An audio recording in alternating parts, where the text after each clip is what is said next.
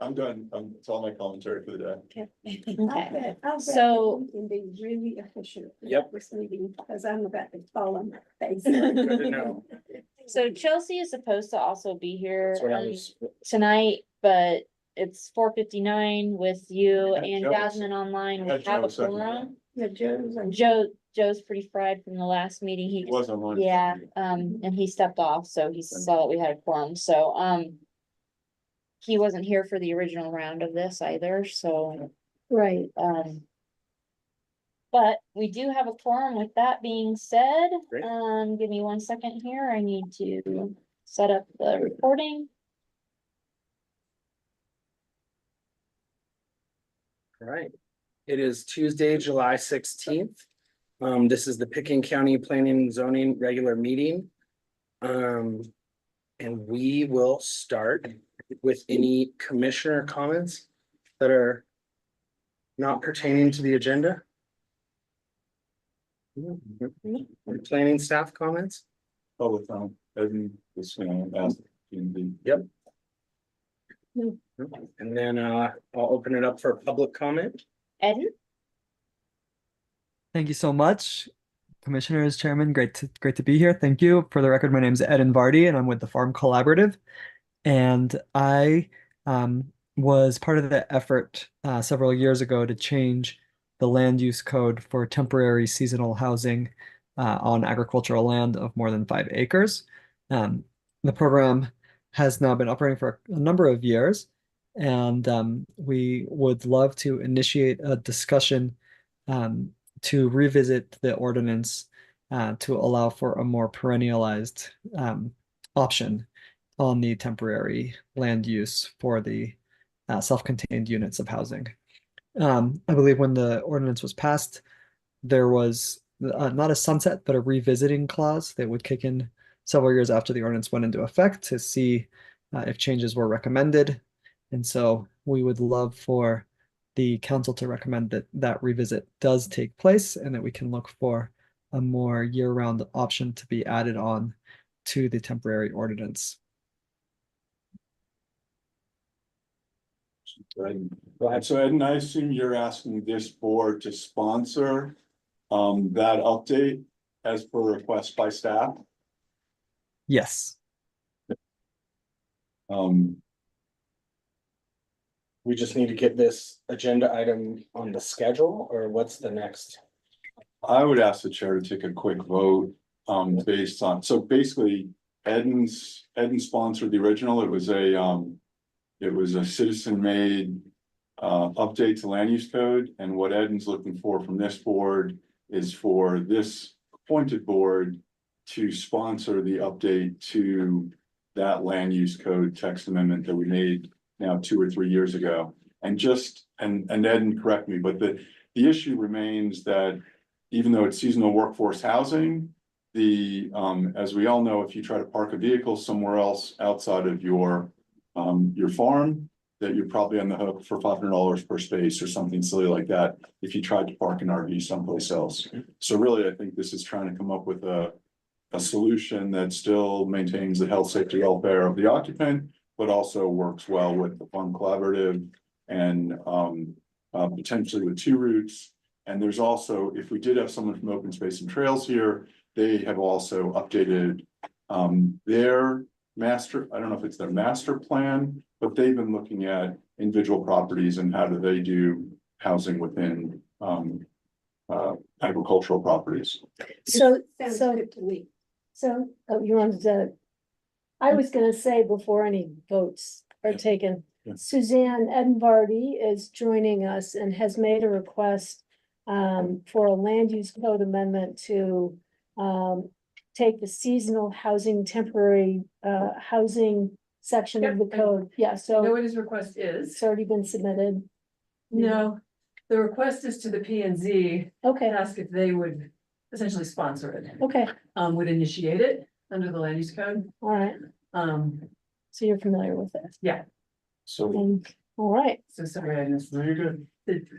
Did Ed already give his? Eden's online. I mean, Okay. And then Chair would welcome it. I would make a motion to advance Eden's request to update the seasonal housing workforce land use code text amendment, and that P and Z would be a sponsor of the update within community development. Is that an okay motion? Second. Yeah. And we have, sorry. We have a- Chair. and we have a First second? and a second. Yeah, we have a first and a second, so we'll vote. Any further conversation? Any further No. public input? And how successful has the program been so far? The program has been very successful by the users that have put it to use, which really is the Farm Collaborative and Cozy Point Ranch. There's been significant demand from farmers to put the land use change to use on their farms in the region, but the limited nature of the seasonal requirement and the necessity to move the unit in the winter has been cost prohibitive for most farmers to be able to take advantage of it. So as far as I understand, so far the Farm Collaborative is the only user that has been able to put it to use, which is part of why we're bringing it back for reconsideration or request for it to be reconsidered, because we know that the demand is significantly higher, and just the way that it's written, it hasn't quite been flexible enough for farmers to be able to utilize it in a cost-effective way. Okay, great, thanks. Any further commissioner comments before we vote? Okay. We'll do a roll call vote here. Suzanne, Yes. Jeffrey, Yes. And just for Chelsea, we're voting to. for John. Yeah. You just, I can just Yeah. say, yeah. I was gonna abstain because I don't understand what the correct request is, unless we need the vote to Yep. move it forward, and then No, I'll that's- that's an affirmative. I have no idea what you're. You're just, yeah, you're basically letting them bring forward a code amendment. You're initiating it or allowing them to I initiate understand it. what the code amendment is my point, That's- but I'm sure yeah. that it's appropriate. and so Well, forth. it's just an administrative piece, Doug, that kind of gives me the go-ahead to go.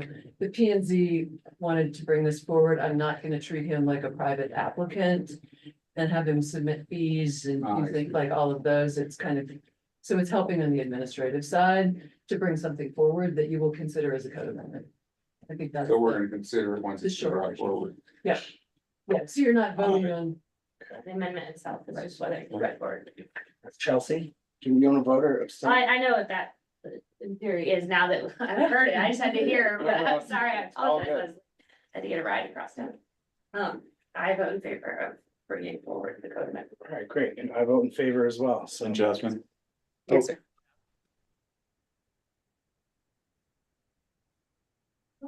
Jasmine, how do you vote? yes, Unanimous. There we go. So I have one commissioner Mhm. thing that I missed. So we approved a couple weeks ago destruction of the WAM through the use of connexes and battery storage. And just I destruction is a little strong word for me, Yeah. but that's okay. so sorry, the removal of native vegetation that's probably 100 years old in favor of man-made objects with propane backup. So in reading further, because we weren't given the details of what it takes to actually deploy an energy storage system, I do want to make sure that the applicant actually understands that according to NFPA 55, they have to commission this public work. And I remain concerned about connexes and battery storage in lieu of service areas on the side of the road. So I throw that out there as the county was both the applicant and the consumer of said sage and service areas, and other native growth. So. I've noticed the construction I drive by. And it's all, and to me, it's right next to the snow pit, you know, which is big mud pile all winter long, so the trash from Aspen.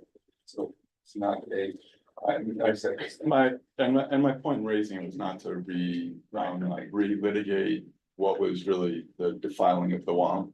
Or the ignoring of the master plan, but really just the concern, the overall safety concern that the batteries need to be commissioned. So. Great. So Ed and that passed unanimously. Thank you. And Thank you so much. yeah, no problem. We're gonna move on to our public hearing, resolution of the Pickens County Planning and Zoning Commission adopting the Owl Creek master plan. Just real quick, Doug, Yeah. the mic is here, so when you're speaking, if you don't mind speaking up a little, that'd be great. Thank you, Ellen Sasano, Long Range Planning Manager. This is the continued public hearing for review and adoption of the 2024 Owl Creek Master Plan. Continue to follow up on comments made at the first public hearing on June 18th. Go ahead, yeah, thanks. And at the end of the day, we're asking the P and Z to take action to approve the resolution adopting the 2024 Owl Creek Master Plan. So, next slide, thanks. 3 items were carried forward from the last meeting. The Planning and Zoning Commission received a letter from the Aspen Skiing Company, too late to distribute to residents in the Owl Creek area, and wanted to give residents an opportunity to comment on a few of the topics that were discussed briefly. There were some traffic safety concerns and transit issues raised by the East Owl Creek Subdivision Homeowners Association, those all relating to Owl Creek Road. And then Planning Commissioner Woodruff was not able to attend the meeting and so submitted some comments that we weren't able to get through at the last meeting. So I'm gonna start with the Aspen Skiing Company comments that you wanted to touch upon. I did distribute the comments to those in the Owl Creek area who have been working with us on this master plan, expressed an interest in participating. And so they did have a chance to review these. Also, just so that you know, I distributed this packet, the agenda item summary, staff recommendations, and the resolution to Aspen Skiing Company. They received this packet when you did, and they have reviewed staff recommendations that we're gonna go over. And let's see, they said Chris Kiley, who is their planning director, I think that's his title, said, thanks for the update, reviewed the staff memo and draft ordinance and support the recommendations. They weren't sure if they'd have anybody here tonight to participate because several of their staff were traveling, but so I digress. One of the comments they made related to affordable housing, and I wanted to quickly review what the plan says now and then go to the recommended change. So the current draft plan supports current county policy discouraging affordable housing outside of the existing urban growth boundaries. It also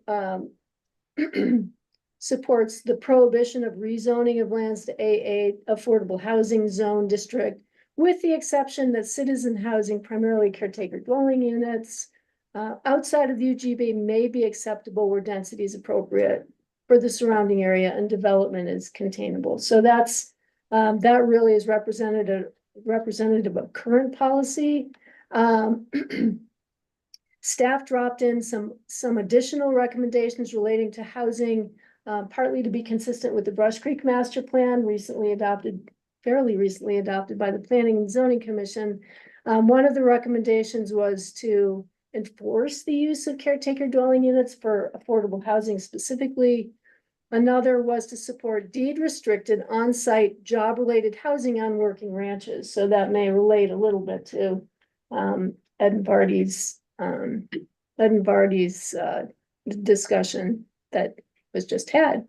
And then finally, we added a recommendation to encourage the purchase and buy down of existing free market units to promote housing goals without increasing growth rates or impacting rural character. So that's what the draft plan says now. We'll go to the next slide to see what Aspen Skiing Company suggested.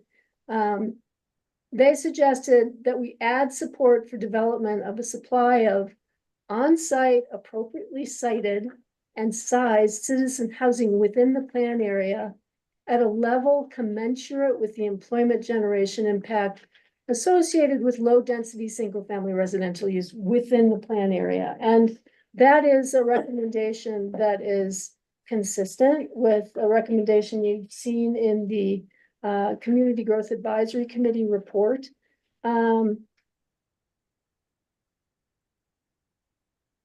No comments were received from the residents that I referred the ski company comments to with respect to affordable housing. Then the next slide, I just wanted to point out that this is hard to read, but on the map side of this slide, there's some bright turquoise properties identified there. Thanks, Hannah Hunt. And those actually there are a few affordable housing parcels in the Owl Creek Master Plan area that were obtained, I believe, through subdivision some years ago. And then there are just a handful, maybe 6, affordable housing and caretaker dwelling units combined within the planning area today. So next slide, please.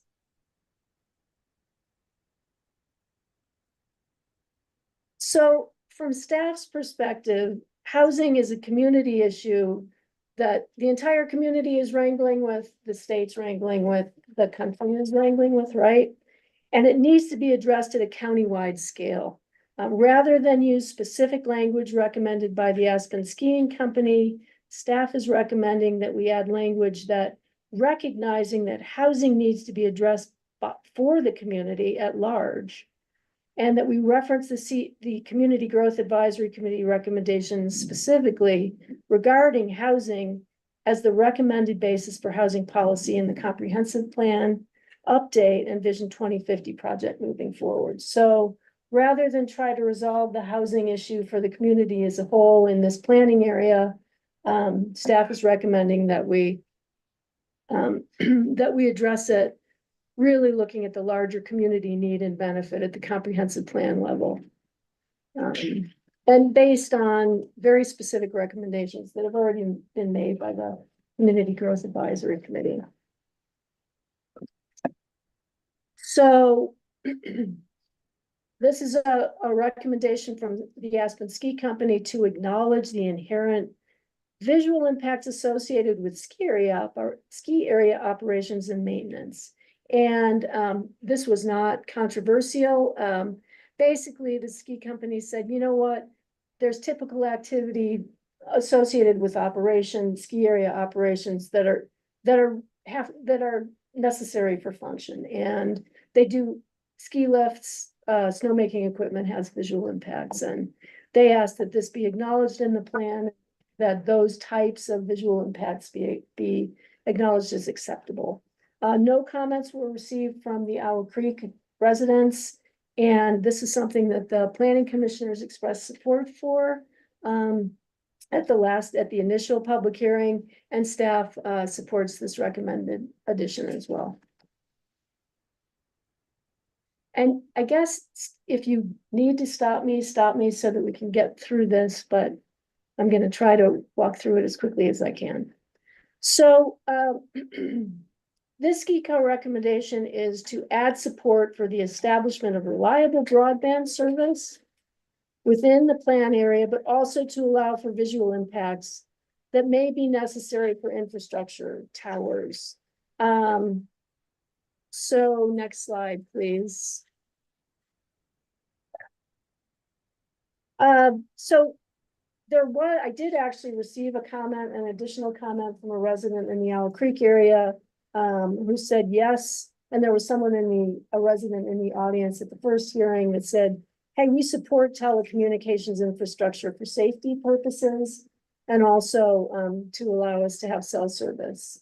And at the time, the Planning and Zoning Commission expressed concern about unqualified support for the visual impacts associated with that infrastructure, recognizing that there could be some benefit, but not to say, hey, yeah, a 200-foot tall tower located in a very visible location we don't want to just sign off on that. So staff recommends the addition of language supporting the establishment of telecommunications infrastructure to provide service, with the caveat that visual impacts on public view planes be minimized to the greatest extent possible, and be consistent with scenic view protection standards in the land use code. And you can make a decision as to whether that's acceptable or not. So moving on from the Aspen Ski Company comments, I'll touch on the East Owl Creek Homeowners Association comments. Several residents expressed concerns at the meeting and in written comments about individuals who are parking illegally to view wildlife and or to take selfies with resident horses in the area, right? Those parking are blocking driveways and really creating some safety concerns on Owl Creek Road. And residents basically said, you know, is there any way to deter these people? Could we have either enforcement from the county to move these people and or signs perhaps to deter them so they know this is illegal? And the Planning Commission asked me to touch base with our county engineer, Andrew Knapp, to see if what he thinks might be reasonable, practical solutions. And Zach had suggested that maybe boulders could be placed, you know, in those areas so that people wouldn't park. Mr. Knapp did respond by saying boulders in particular are not a good solution because they are a fixed object and really create significant safety hazards. He also said that county signs on the road are not effective, have not been historically, without enforcement. And suggested that to address trespass or driveway blockage, residents apply for and obtain county sign permits for sign placement on private property fences as a deterrent.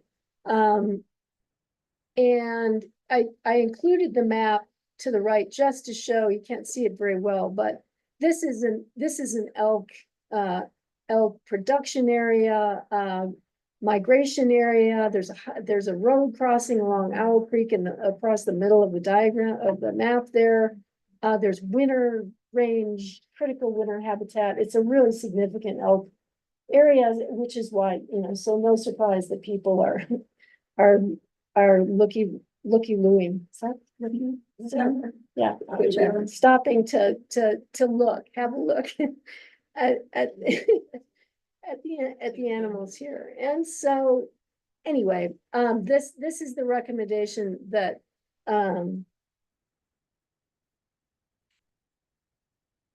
this is the recommendation that the county engineer recommended, and enforcement clearly needs to be a part of the solution, but it's not always readily available, unfortunately. So this was the response that we got to the specific questions asked by the Planning and Zoning Commission. And a recommendation that may help address the issue. So a question was also raised regarding the potential use of Owl Creek Road for transit at any point in the future for access to the town of Snowmass Village. And the sentiment, sorry, backing up. I wanted to show you what the current plan draft says regarding transit. And basically that first arrow makes it clear that Brush Creek Road should continue to be the primary transit corridor for access to the town of Snowmass Village, with temporary use of Owl Creek Road only in the event that Brush Creek Road is not passable, and or in the event that mass transit for Owl Creek is proposed as part of the larger RAFTA system, and that concerns, issues relating to impacts can be resolved, right? There's also a recommendation for support for affordable, efficient mass transit, multimodal transportation connectivity to pedestrian and bicycle trail systems. Everyone knows that there are, you know, the Owl Creek Trail is a really heavily used trail. And there are also trails, there's at the lower portion of the planning area, there's the airport, there's the airport, no, the Sky Mountain, there's a trail, the Sky Mountain Park Trail. And, that's the government trails. There's several trails crossing through this plan area. And so that last arrow really is intended to say, hey, maybe there could be some, multimodal approaches to transportation connectivity to those trails. So that's what the plan says today. There were, next slide, please.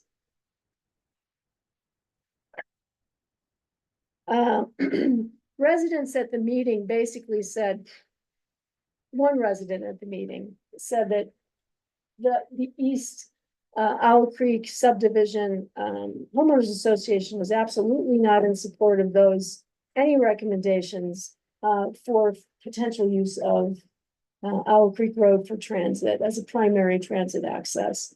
And Planning and Zoning Commission asked me to consult with RAFTA to see if Zach brought up the point that the road itself may be a constraint to future potential use of Owl Creek Road for transit because it is steep, gets icy in the winter. And he asked me to check in with transit to see if is it even a valid concern if this would ever be used.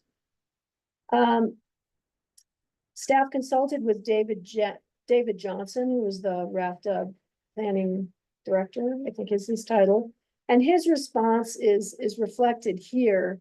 Basically, he said, RAFTA intends to use State Highway 82 and Brush Creek Road as its primary transportation corridors.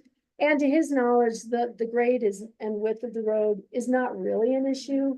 The road is periodically used for temporary special events and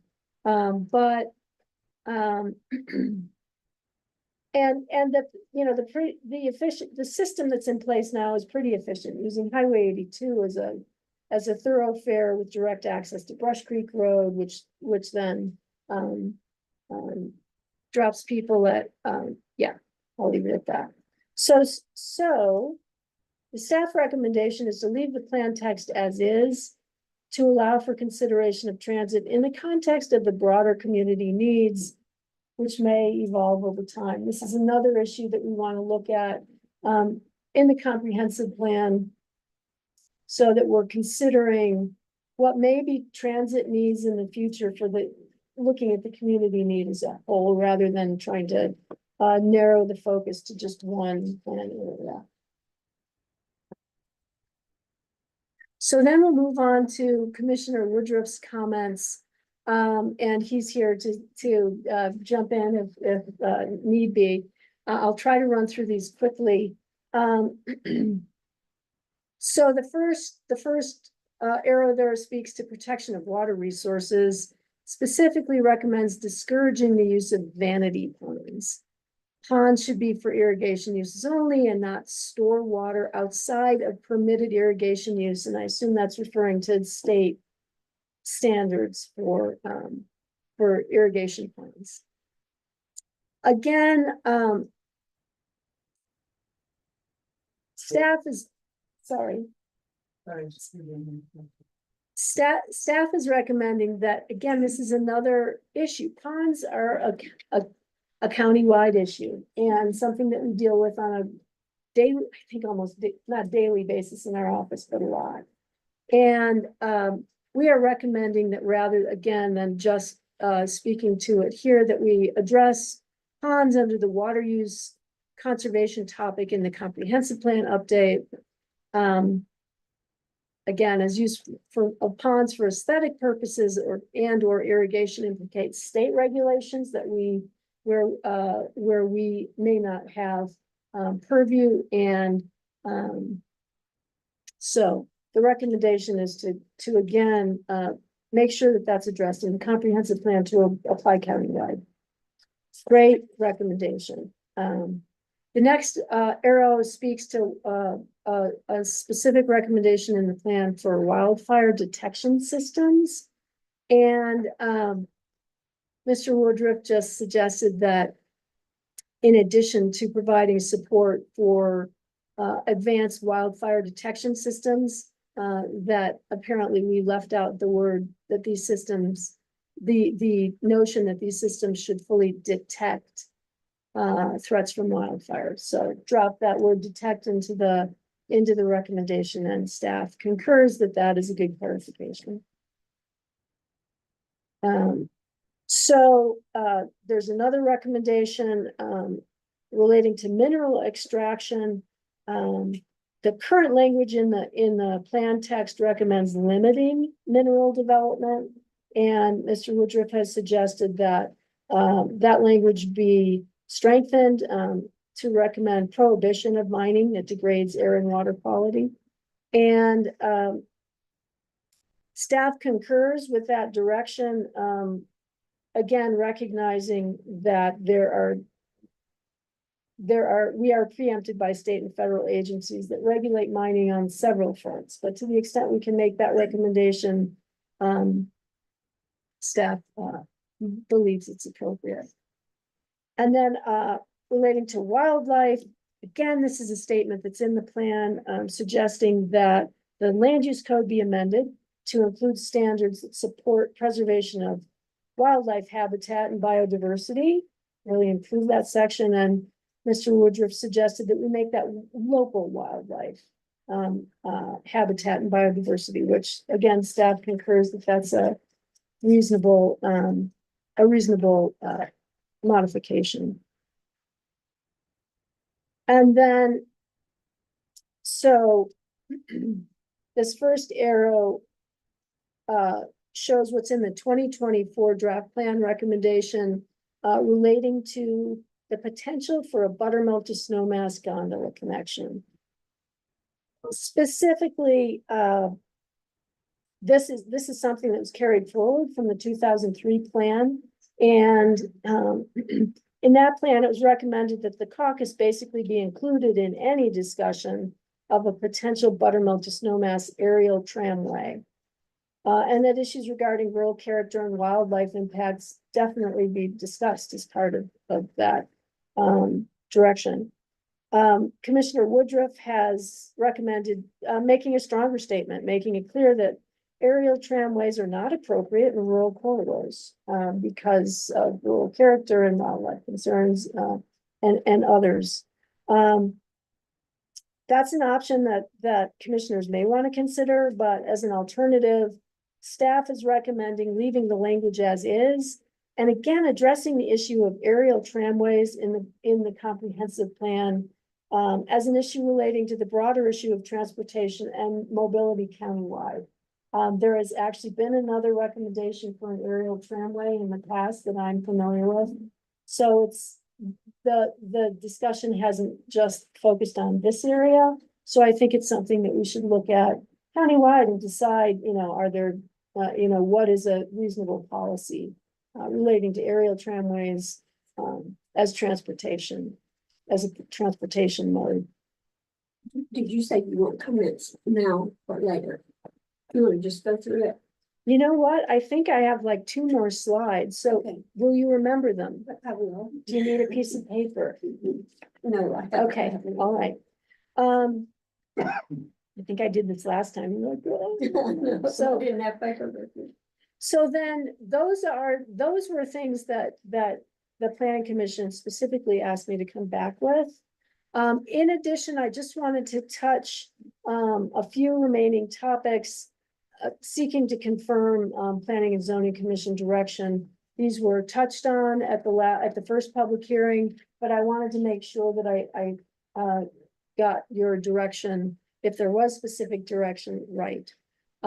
So this was relating to rezoning. This was something carried forward, and I'll go into the details, but from the 2003 plan to rezone properties to LIR to low impact residential 35.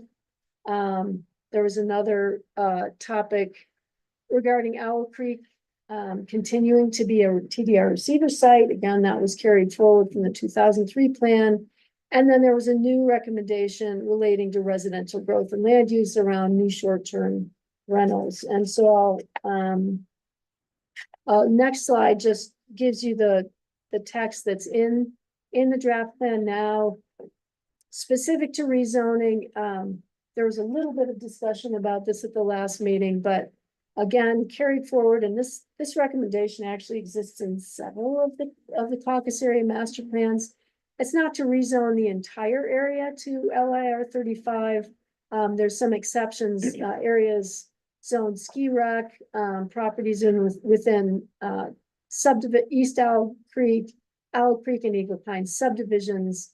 Those would be exceptions, but otherwise that the green there is primarily AR 10 zoning. And in order to ensure that future development is in character with the land use pattern that exists today, and to also acknowledge the wildlife habitat, habitat that exists here, this recommendation is contained within the plan. And I just want to confirm, there was some discussion about this. Just wanted to make sure that we were all on the same page here in terms of supporting that recommendation. The second arrow, again, suggests that Owl Creek continue to be a receiver site for TDRs as it is today. There are larger homes here, there have been for a long time, and this was an area where residents did not object to being a receiver site. Now, that's a receiver site. Keep in mind that this is up to the maximum county floor area limit that is currently 9,250 square feet. And recognizing that maximum floor area may be amended, and saying specifically as may be amended by the board due to changed conditions. And then the third arrow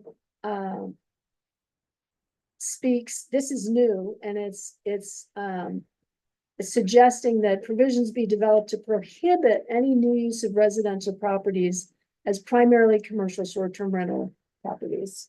And this again is one where we're getting from other caucuses as a recommendation. I don't think we discussed this one at the last meeting, so I wanted to flag it as something that I need. Yeah, I don't think we talked about it, did we? Yeah. So flag it as something I want to get confirmation on as to whether you think this is appropriate or not. And then the last arrow I crossed out because there was discussion about a new policy recommending that land use regulations be revised to allow house size to be varied depending on visibility from public roads. This is something that we did also take from other plan recommendations. There was some discussion, and I think the decision was this could go either way. Yes, you could vary house size to make it smaller because of its visual impact, but in theory, you could also perhaps vary house size where it was going to be less than 9,250 to something larger. And the feeling was, this doesn't feel right. And you suggested that it be deleted. So I think there's one more slide here. This was not in your packet, but staff is recommending the addition of some text in the master plan introduction to reference the fact that the Owl Creek Master Plan will be one of many resources that inform community-wide policies and direction.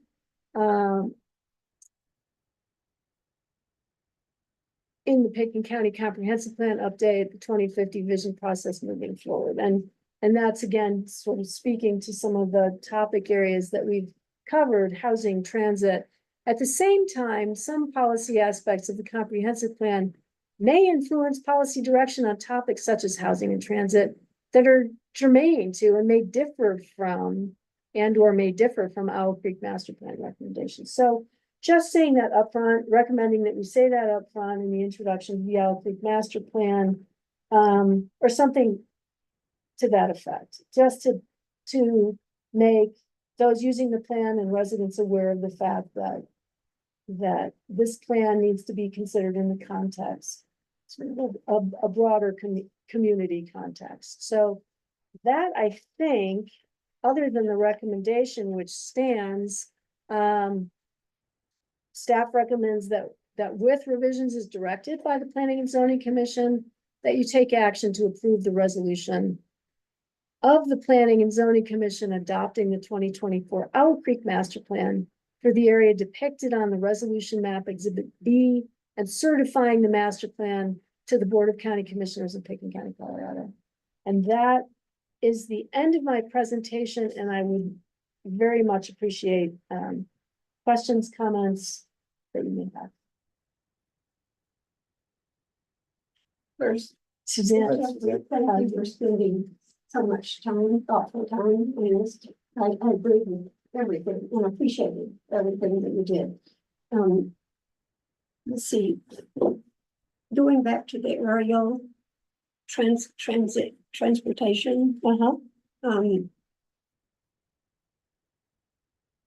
There it is. Let me see.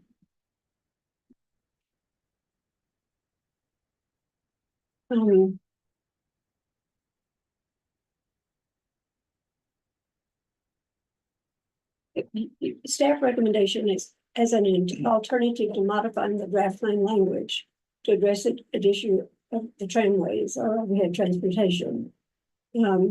That you address it in the comprehensive plan. I would prefer that it not be revised, that it be left in there for underlying the fact that we recognize that that is a rural area, and from the very beginnings of the 70s land use plan, there was to be communities separated by open space, and that those rural areas be protected. And more they're under siege. So that's what I would suggest that we go with. And then May I add a clarifying question? yes, Are you suggesting that the language that Jeffrey has suggested, which is a little stronger than the language in the plan right now, be added? He's saying aerial tramways are not appropriate that's for the rural. exactly what I'm Okay, saying. thank you. Okay. I'm comfortable with that strong in a statement. I think that, it's a difficult, just difficult discussion. But with, it's a 4-lane highway between Snowmass and Aspen better than an aerial tramway or a railroad tramway. And so, I'm comfortable with as strong a statement saying that we don't agree with that, area. That's my position. I mean, I'm not sure if that's the worst way to transport people. So, Do you think it's a good way to? I'm not sure if it's a good way, Mhm. but I don't think the current system works very well. With the traffic that you see right now, backed up on Aspen and Main Street and all the way to the airport and all that all the time. And so is this an opportunity? Is an aerial solution a good solution? I don't have enough information to comment on that, but I'm not sure that I want to say that it's not going to be a good solution at some point. That's where I'm uncomfortable with that strong in a statement. And as I've seen it in the past, when it was on P&Z years ago, every time we said, let's make it easier to get from here to here, let's widen it, let's pave it, let's double it, let's tunnel under it. We have never gotten better, never. That's my point. If you build a 4-lane road, you'll fill it. If you build a 6-lane Yeah, and road, if you you'll build a fill it. tram, You'll fill that too.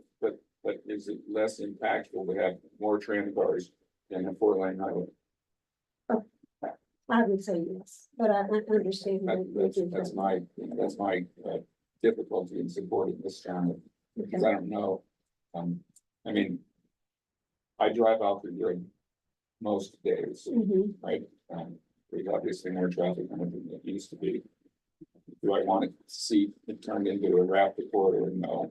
Mhm. But I also understand that, people can't get out of Brush Creek Village to get on Brush Creek Road to get to the airport, right? To get on to 82 because there's so much traffic coming down. And so all that's gonna do is push traffic onto Owl Creek Road. And so more traffic on Owl Creek Road versus another solution, another transit solution. And so this is saying that another transit solution is not aerial train.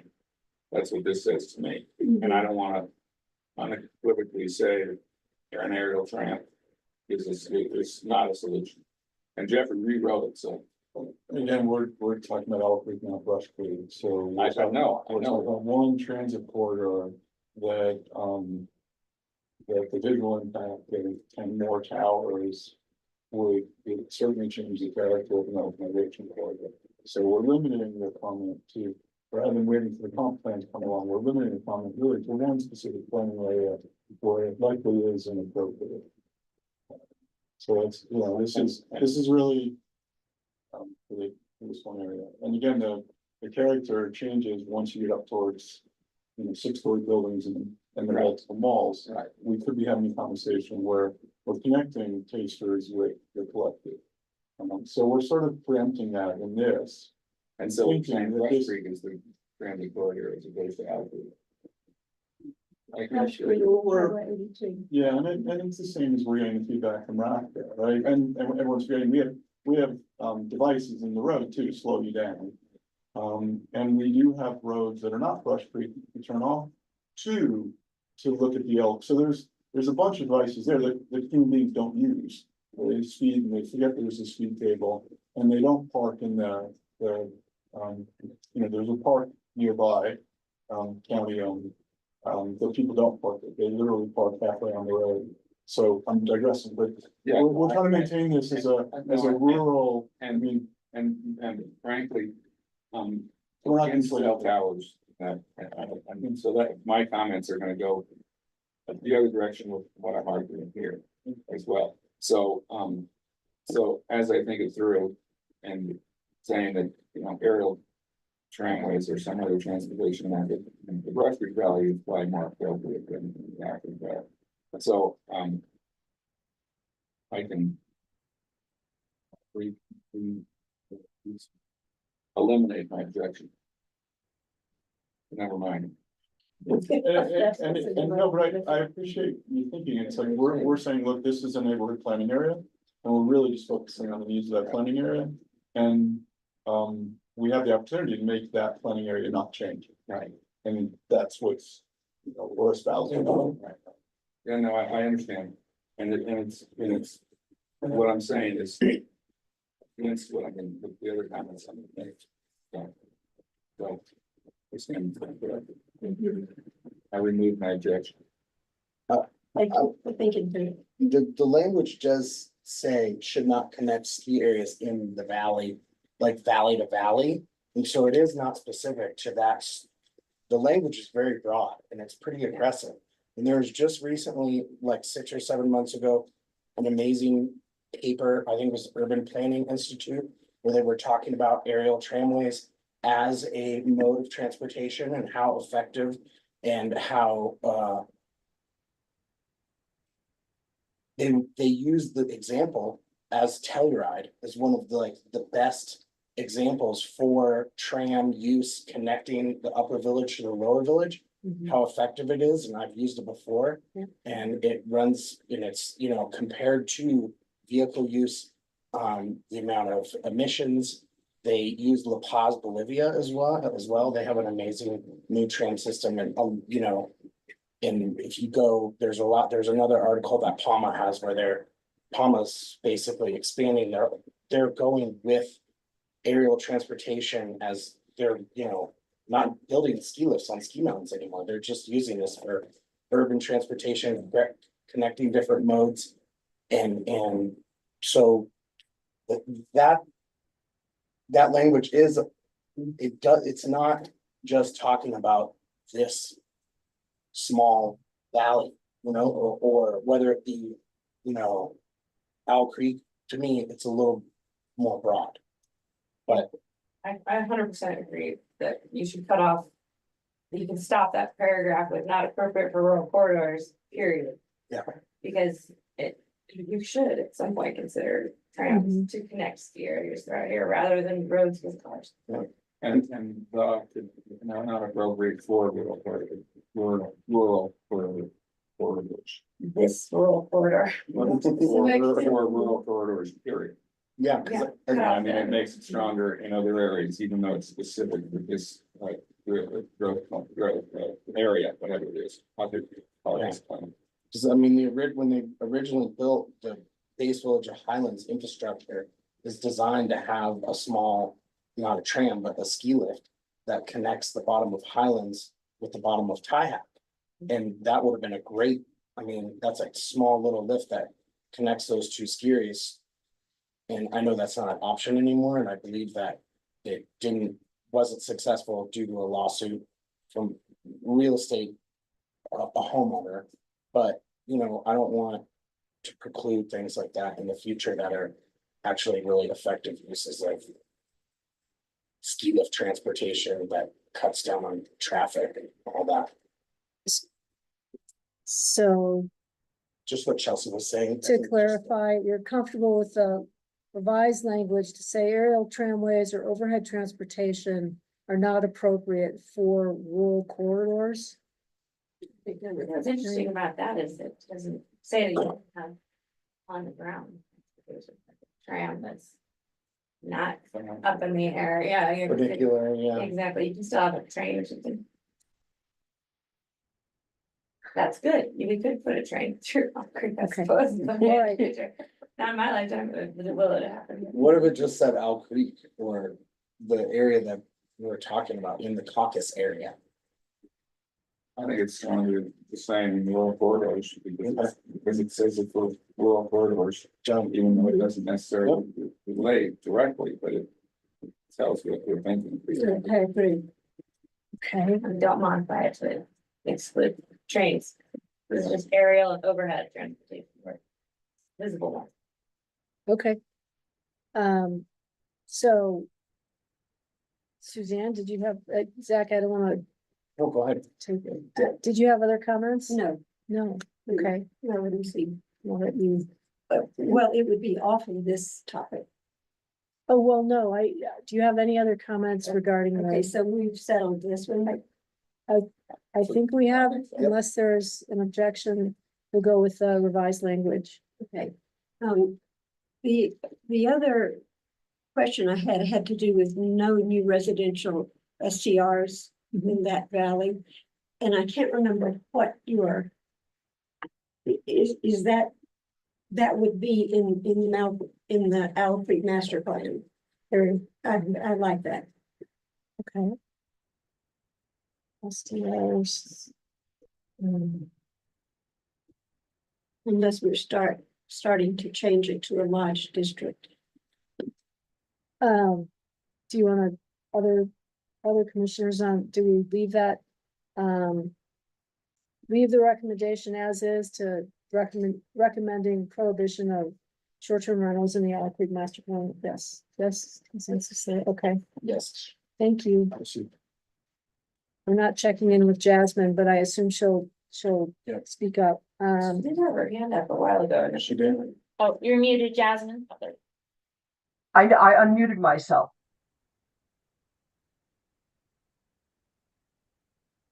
okay, any other, comments? Okay. Further commissioner comments? Jeffrey? I have one, it's minor, but it's sort of, page 35, we talk about extraction. Of the master, of the plan itself? Yeah, sorry, page 35, the plan itself, I didn't catch this before, but generally, we wouldn't look at solar or geothermal as extractive industries. And this plan, for some reason, takes a stab at saying geothermals extractive, like fracking and other mining operations. So it seems to me if we're a county that's trying to get to our climate goals in 2030 and 2050, we would not be taking a stand against geothermal. So I support the plan, but I can't support the plan as drafted as per page 35/16. Sorry, you're, 16. yeah, I you're was right 16 on 35. So this is on the, So 35. Okay, so 16 of there. 16 in your world, 35 and And so So there- specifically, So it's, paragraph 3, concrete batch plants and large scale geothermal extraction. I mean, we're taking cool from the earth. It's a good thing. So I'm just having a hard time understanding why we would, if someone has a 35-acre parcel and they want to do a 3-acre geothermal, wouldn't we say yes?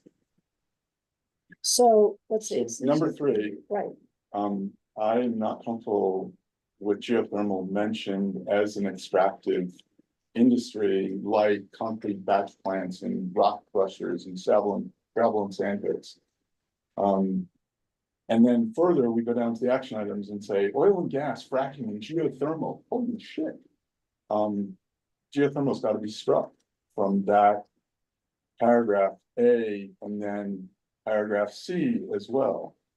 And if there are if there's other two words in there, we need to stop them soon. Yeah, oh, sorry. Yeah, sorry. But it's just, I don't, this doesn't read well with me. Like we would look back in a year and go, why were we anti-geothermal and solar in this plan? I can see that. Yeah, This we is- support all of our climate goals and renewables and, so this is activities on public lands specifically. And I honestly don't remember if this was carried forward from 2003. I'm fine with prohibiting oil and gas and fracking and mineral exploration. Mhm. But geothermal's gotta be struck in 3 places on page 35, Large Page scale. 16. but it doesn't define what large scale is, right? So it could be a household geothermal. Is that large scale? Like, because you have a 9,250 square foot house and you need a 1 acre geothermal. It's subjective. Yeah. I'm sure. But it just seems like we look back in a year and go, why did we exclude geothermal from the planning area? Given our renewable goals? Okay. Oh, It on seems, private it seems like lands, 20-year dated um, maybe. on public lands. So I'm not, I Yeah. fully support the plan if we remove anything that would limit renewables on site, such as geothermal and or solar, as per the land use code. So, I mean, this would be another one where I'd say, roll it up to the comp plan, please. I'm not comfortable with the. Jeffrey, maybe if it helps Yeah. and to support you, Yeah. I'm looking at, well, mineral in the code is defined as not to include. Nor does it include geothermal resources, so surface to groundwater, so those things are excluded from the definition of mineral. Right. Which then feeds into mineral and gravel extraction, so I have no idea where that. I think this came from, it's probably a carryover, but I don't know where. Yeah, and I honestly don't remember. First place. Yeah, again, I mean, I support the plan as drafted and as amended this evening. Mhm. I don't think the word geothermal, or any prohibition against geothermal or solar is in the 2024 Right. master plan for the Okay. neighborhood. And I stand corrected, Yeah. this does refer to private lands too, so that's, a reasonable, recommendation, I don't- do other planning commissioners want to weigh in on? I agree with you. I mean, what if it was geothermal private pond on somebody's property? And you don't like ponds. I mean, the pond comments was really around, we're managing in-stream flows, yet deploying vanity ponds where we have, evapotranspiration. I could think of 2 or 3 geothermal ponds in King County on large estates. 10,000 and large square foot houses, they're powered by their geothermal pond. It's also a vanity pond, so. Mm. That's And what, fire protection. We, As a- Yeah. I'm a geothermal. I know it's brutal. I mean, our experience on this board is that that the homeowner puts in a vanity pond and then excludes it from fire protection. So that was our experience on a rather large. So again, our goal should be to conserve and protect groundwater. Maintaining in-stream flows, which appears elsewhere in this plan. And vanity ponds are basically something that's in front to that. But, again, Yeah. Chelsea, I think ponds are something that we deal with on a daily basis. There are a lot of different uses and intentions involved. And it is something that we do need to look at as part of the comprehensive plan. water, uh, policies. So, and we may need to grapple with the, well, okay, so is it a pond for geothermal purposes? In that case, is it a? But I don't think we're gonna resolve that tonight, but it's a good point. And if everybody, other commissioners on the question of whether geothermal, should be stricken, is that the right word? I don't think it changes the intent of these sections, so that mine. If you take geothermal out, I'm fine with the striking, Okay, but we'll probably need to talk about it again later, like, I mean, I'd be comfortable striking all of 1C update. Standards. for solar and geothermal. Well, it doesn't necessarily, It's not prohibited, but is it applicable in neighborhood planning? Sorry, it's my last. no, the way it's written, it could be perceived as that we're discouraging those Right, activities. It could right. also be perceived as saying we need to update our standards. It's written under that same bullet point. So- It's still that same thought process that was, Mhm. it led from 1A. That was really about a section about extraction. Okay, I think it is, since it is under this, the paragraph is talking about preventing activities, so perhaps that's not the right location for that recommendation. Try to be serious. I support the plan if we, again, it's in unfair chronicles. Okay. So just an FYI, since we have dueling fans now, Yeah. it's really having a hard time picking up everybody, so a little louder, please. With a deaf owl. Yes. Not a deaf leopard, but a deaf owl. That's good. Okay, I'm gonna try to move us along because we do have another item I have some on the comments. agenda. That's Zach. Doug, And Chelsea, for ski area infrastructure, cell towers are not ski area infrastructure. I think that's important that we say that. It's been next week's agenda as well. So I think that's important that it's not included in, so it's ski area infrastructure. In my mind, it's not, it's a different thing. And then we went on to the next item you brought up was broadband coverage. I said this before, broadband is not cell towers. So I think that view plane and all that stuff and how great needs to be within the existing standards or whatever. I'm not in sport as a bunch of towers, even though I said that I was going to work for. So the cell tower piece is, is a touchy subject for me. It needs to be reviewed. I want it to be not part of the area infrastructure. And it's not, I don't believe. As far as the zoning to LIR 34.5, Mhm. I think anytime that's down zoning, I think that's completely appropriate. I don't want any up zoning of the areas that we're gonna go to LIR 35. I think that's important. And I drove in just now and there was a family standing at the fence with carrots trying to get the horses over. I've never seen a car in front of somebody's driveway personally, and I drive that road all the time. Where are we gonna go if we push, where are those people gonna go if we continue to push them off?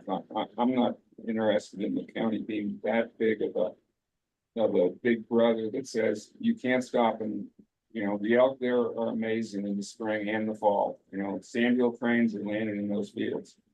I'm not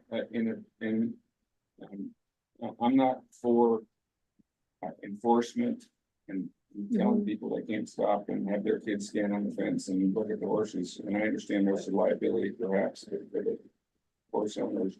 There's signs, but I don't want the county to get involved in telling people that they can't pull off the road there and enjoy the beautiful rural valley. And some of the residents from there were saying that people were stopping, climbing the fence and putting their children on the horses. And there's But I guess people that, that's, and there's people that in Yellowstone that go up to the buffalo, we can't legislate stupidity. mhm. Darwin has to take over at some Well, point. that's a big over example. So, I'm. Those so- are fast enough. I know. So- Should we put Darwin has to take over in the, It's as a inevitable. recommendation? Yeah. Well, So I we, don't- we could just recommend that the horses wear helmets with big Boards only. Uh, Every time they go out. I've been driving that road for work every day since the last time when we did that meeting, twice a day. I saw last Saturday, a whole entire wedding party with the vans, with the wedding, they had pulled over and the whole wedding party was on the side of the fence, like 50 people taking their picture next to the horses. And it was like anarchy, like no one could go around. They had half the, like they just told the transportation driver to just pull over so they could all get their photos on the side of the road. And I mean, yeah, I don't know how you, Legislate bad behavior. yeah, it's just gonna happen. So I Mountain don't know if lions that's on one of one those anything that's gonna make the another company. Yeah. Main area, but. Anyway. that's Okay. what I had. All right, Chelsea, I comments? have comments, but I appreciate everybody else's. Does Jasmine have any? No. No? Okay. Does everybody agree with Doug's comments regarding, clarifying that cell towers are not ski area infrastructure, and shouldn't be included as such in the recommendation regarding ski area infrastructure and visual impacts? Yeah, I mean, I personally agree with that, and I think it's a good, like Doug said, it's a good precedent for the next meeting that we have. And I think that it's two totally different things. There's cell phone communication for safety. And then there's broadband communication, and then ski infrastructure, like under the ski rec zoning. I mean, you have lift towers, you have lifts, stuff, Right. snowcat storage. Mhm. It's two very different things, and I think it's a good idea to draw a line between the two, or there's gonna be a lot of creep. I Uh, agree. Looks like Jeffrey had a, Jeffrey? I'm assuming, some of these towers we co-locate other services, so there's not a black and white, it's a ski go tower. I'm assuming the FCC allows everyone to co-locate on a single, pole. And as we discussed in this board before, their rule wins, meaning shot clocks and other approvals, because it's the government, so. I don't know if making a delineation here, I'm assuming no one has a dedicated standalone Skinco only cell phone tower with their co-locations and others sharing the same tower for just that reason, which is we want to minimize visual impact right? is the goal, and maximize coverage. Mhm. Well, So, and again, I'm speaking just because we went through this 4 years ago or something with the FCC. SCC, but as I recall, the shot clock issue was the 5G. And I'm not, I know, Yeah. sorry. I And that didn't was the I didn't mean to 5G take us thing. down that. No, no, rabbit hole. It was And more, what we're talking, you know, the 5G thing is, are, it's co-location. it's, and those needed to be within a certain distance of each other, so they all interconnect. And what we're talking about is large towers on ski co, you know, in the coverage is the, you know, the main, like, when they put, when they put the one at Highlands, a lot of times it's all based on where they put them, is based on where they get the best coverage into one valley, into the next. It doesn't go in some very hidden, you know, part where it kind of is back behind a ski lift where you can't see it. It's all by design to get the maximum amount of coverage. So a lot of times you want them at the highest, most visually imposing point. Yeah.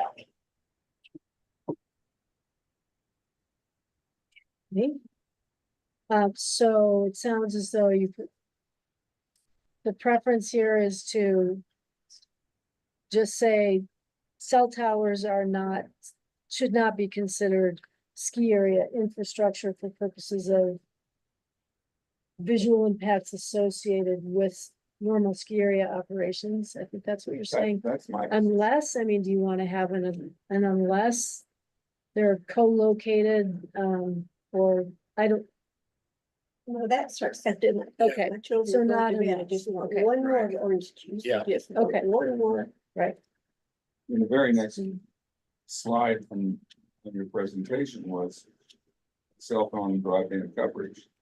Right, Well, okay, I support that. right, That should be another area that is reviewed. right, It's not part of the ski Okay. company. I see, And if the ski company is gonna come in, they're gonna Right. say, oh, it's part of ski infrastructure. It says it's allowed, it's part of infrastructure. That's what I'm saying. It's I see. Not part of. Okay. Right. Ski- If- ski infrastructure. That makes it It's clear. a separate thing. That's And they can ask for the Yeah. salary. Yeah. It's, yeah. And, I mean, so I think if you just look at the statement as it's about utility infrastructure. Yeah. Is there, would you say anything different? well, with utility infrastructure, I think. This is saying, yeah, you don't wanna give a blanket, give blanket support for utility infrastructure, you wanna say, hey, yes, we recommend, we encourage, service to facilitate safety needs but The last. sentence is subject the to, important yeah, sentence. subject to, with the caveat that it has to be subject to the land- standards in the land use code for scenic view protection. Scenic view protection, and use code. That's the sentence that to me Okay. is So, really necessary. okay, And that it's distinguishes not it, in this, Okay. in the ski area infrastructure. Okay. uh, That section. would be a simple way to put it. That's the simple way you started. it's Let's, addressed, let's say with that. okay. I think if everybody concurs, I've got that direction. Then, Doug also suggested that he is comfortable with the recommendation for the change to zoning primarily from AR 10, where it exists, with exceptions to, low impact residential 35. I am too. Okay. And I think that covers. Yeah, I think that covers, what I said. That last, let's see, the slide. Could you go another slide, please, forward? Yeah, so that's rezoning, and continuing to allow Oak Creek to be a receiver site for TDRs. Are you comfortable with that?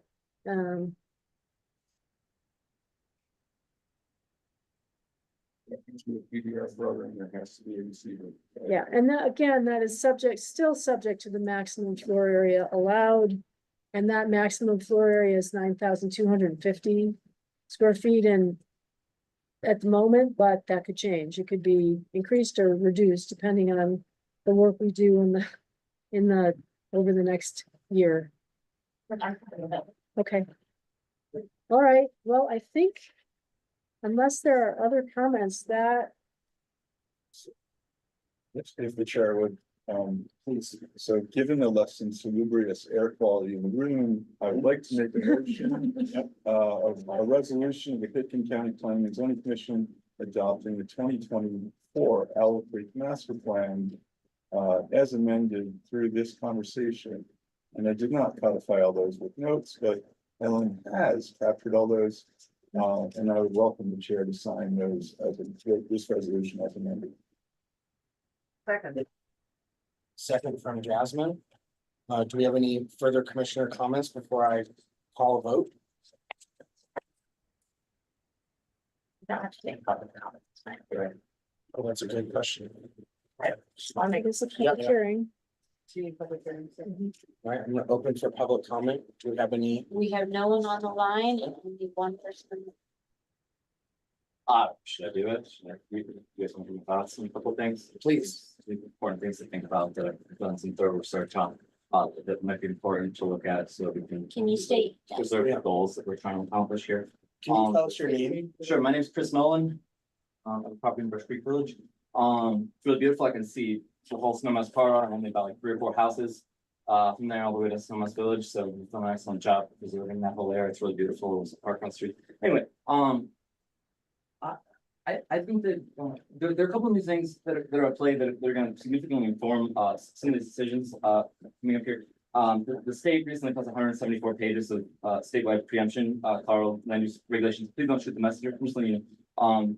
And those are having to do with affordable housing and various things that the county won't be able to override the state's preemptions because of the supremacy clause in the U.S. Constitution. the higher law will override anything that conflicts with it. So I think that everything that is being done here should be thought of as to be kind of formatted to fit within any kind of preemptions. I mean, this is a can of worms, but the mining thought, the federal government owns a lot of the minerals under the land here. And the county cannot preempt, it cannot preclude people from accessing the federal government's minerals. There have been several court cases about this. I did a whole research project on this while I was at Harvard. I got an A in one of the hardest undergraduate law classes because of this project. While I was up there, and so there have been cases in federal courts, and so this is the thought is to if something here conflicts with the Colorado court, then someone can take it into the Colorado courts, and the Colorado courts can make a decision that all of the counties are going to have to follow. So that precedent. So I mean, I'm at the level of now just going through these 174 pages, but I mean, I think that not only should we be re-engineering whatever is here, but also maybe helping some of the other counties re-engineer some of the coast to have some resources for some of that. And so I don't think, I think we should be very careful not to do anything that challenges a higher law with some of this decision making. I'm not trying to interfere with what y'all are doing. I think it's awesome. I think Just 1 minute.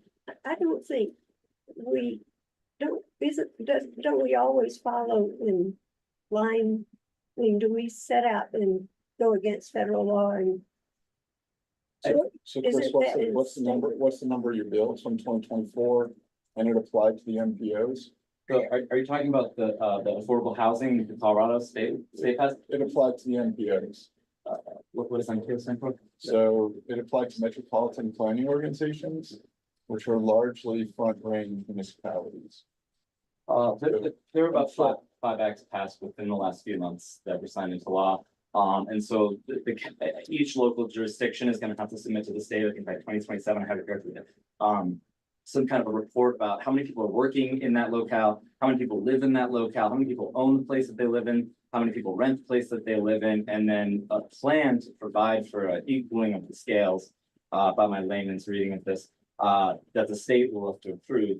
And so, on the way over here, I saw on the Aspen Institute campus, for example, they're working on 3 nonprofits over there are working on an application to have housing over there. So that's an example of how we can maintain the charm and character of Aspen and have scientists and teachers and musicians here and provide more housing while satisfying the state and kind of making those gears mesh. So that should kind of be the overarching thought process there. The mine subject is touchy. The federal government does not like to give up its rights to anything. It's actually a national security issue because the federal government owns minerals under hundreds of millions of acres of land, as far as I understand.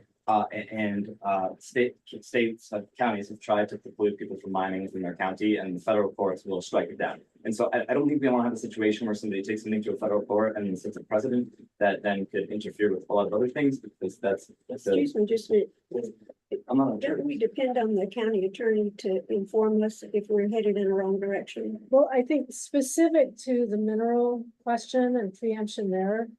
I mean, I think we've clarified that we will address mineral extraction to the extent we can and are not preempted.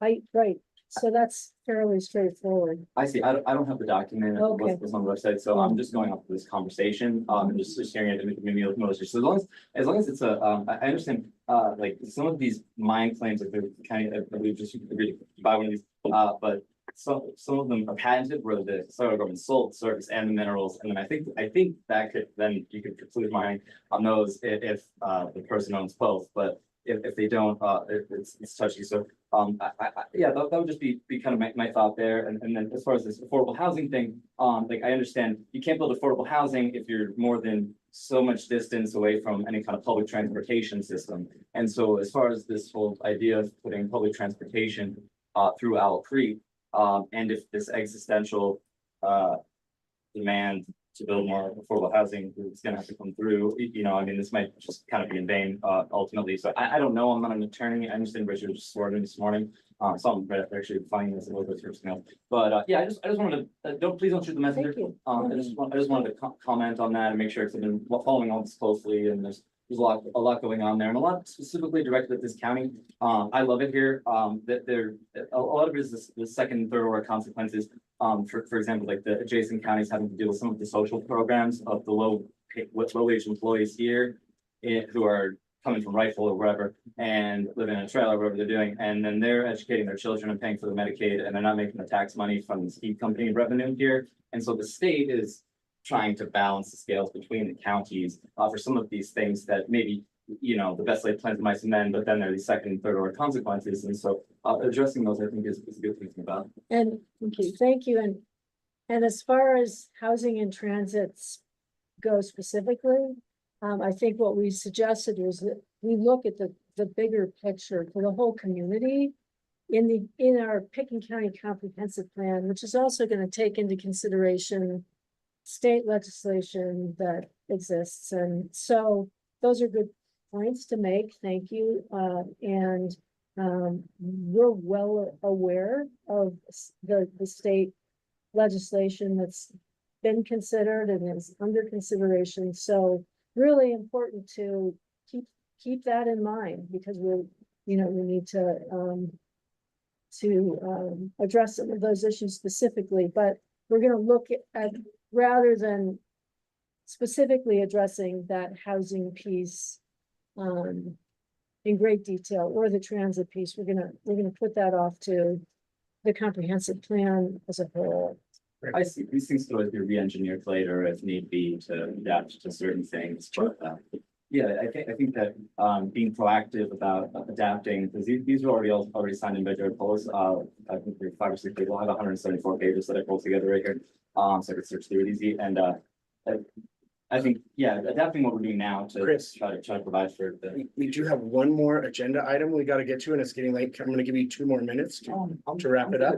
I think I got what I wanted to say across. I just wanted to bring some attention to this. Please don't shoot the messenger. I just want to, I'm interested in this kind of thing, and I think that with the right forethought, I think that we can do an excellent job maintaining the charm and character of this place, which seems to be our intention. Great. Thank you Thank very you. much for your public comments. All right, great. And then we're gonna close public comment. Go back to see if we have any further commissioner comments before I call a vote on the Owl Creek master plan and adopting it. Anyone? All right. Suzanne? You want to vote? Yep. Yes. Jeffrey? Yes, and I will say to Chris that I brought his comments, sorry, I should have done this in public comment. The bills are mostly directed at MPOs, which are metropolitan planning organizations. The bills that are related to housing needs assessment do apply to Pickens, I think, right, as of 2027. NWPOG's got a lot of those numbers, CAR's got a lot of those numbers, what the needs assessment is in terms of housing. So, yeah, thank you, yeah. Appreciate it. Yes. Yes. I Chelsea? vote in favor. Doug? Yes. And Jasmine? Yes. Right, and I vote yes, so that passes unanimously. Thank Then you. our next item on our agenda is the Pickens County Comprehensive Plan. And I know, Actually, it's gonna be Hannah Hunt and Kara's also gonna join okay, in tag teaming this presentation. I think Kara. Get started, or do you want to jump in? whoever wants to start, yeah, Yeah, let me just pull it up and. no problems.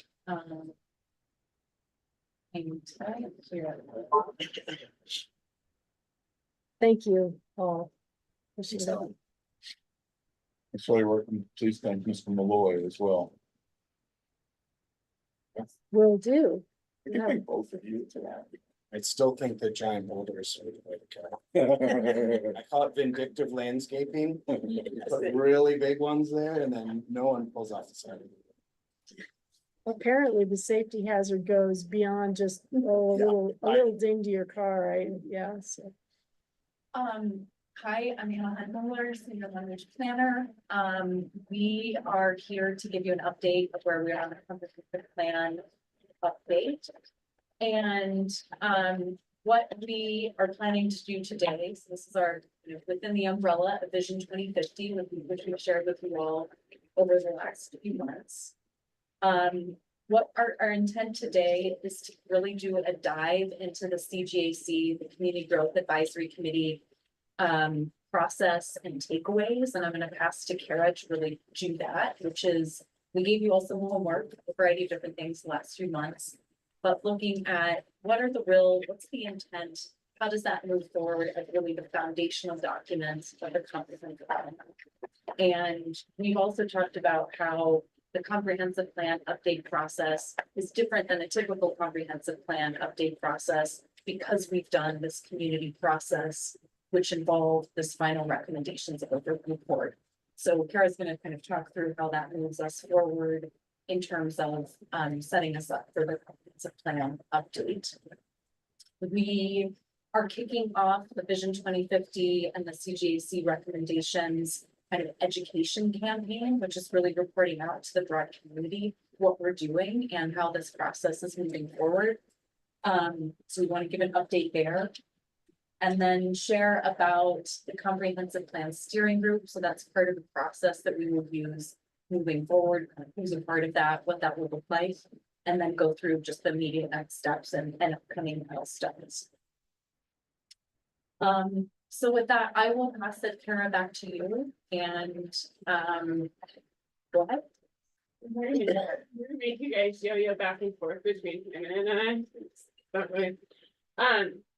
So Kara Silverdoggle, Deputy County Manager, thank you for entertaining us tonight and listening more on the Community Growth Advisory. Just to kind of add to it, as we've been working on Vision 2050 and when we pulled the former growth committee members together, I think one of the things that really came up for a lot of us was that we did this big presentation, we were directed by the board to move forward, but we haven't really done it with the community, right? And there's so much incredible work that was done, not just of what is written in the 47 pages, I should have that number, but also the process, it's the discussions. And that is what is so foundational, I think, as we move forward into the comprehensive plan, right? It's less about the tools, it's about how they arrive at the tools. That is so much of kind of that foundational work in the comprehensive plan. So as Hannah Hunt shared, one of the things we thought is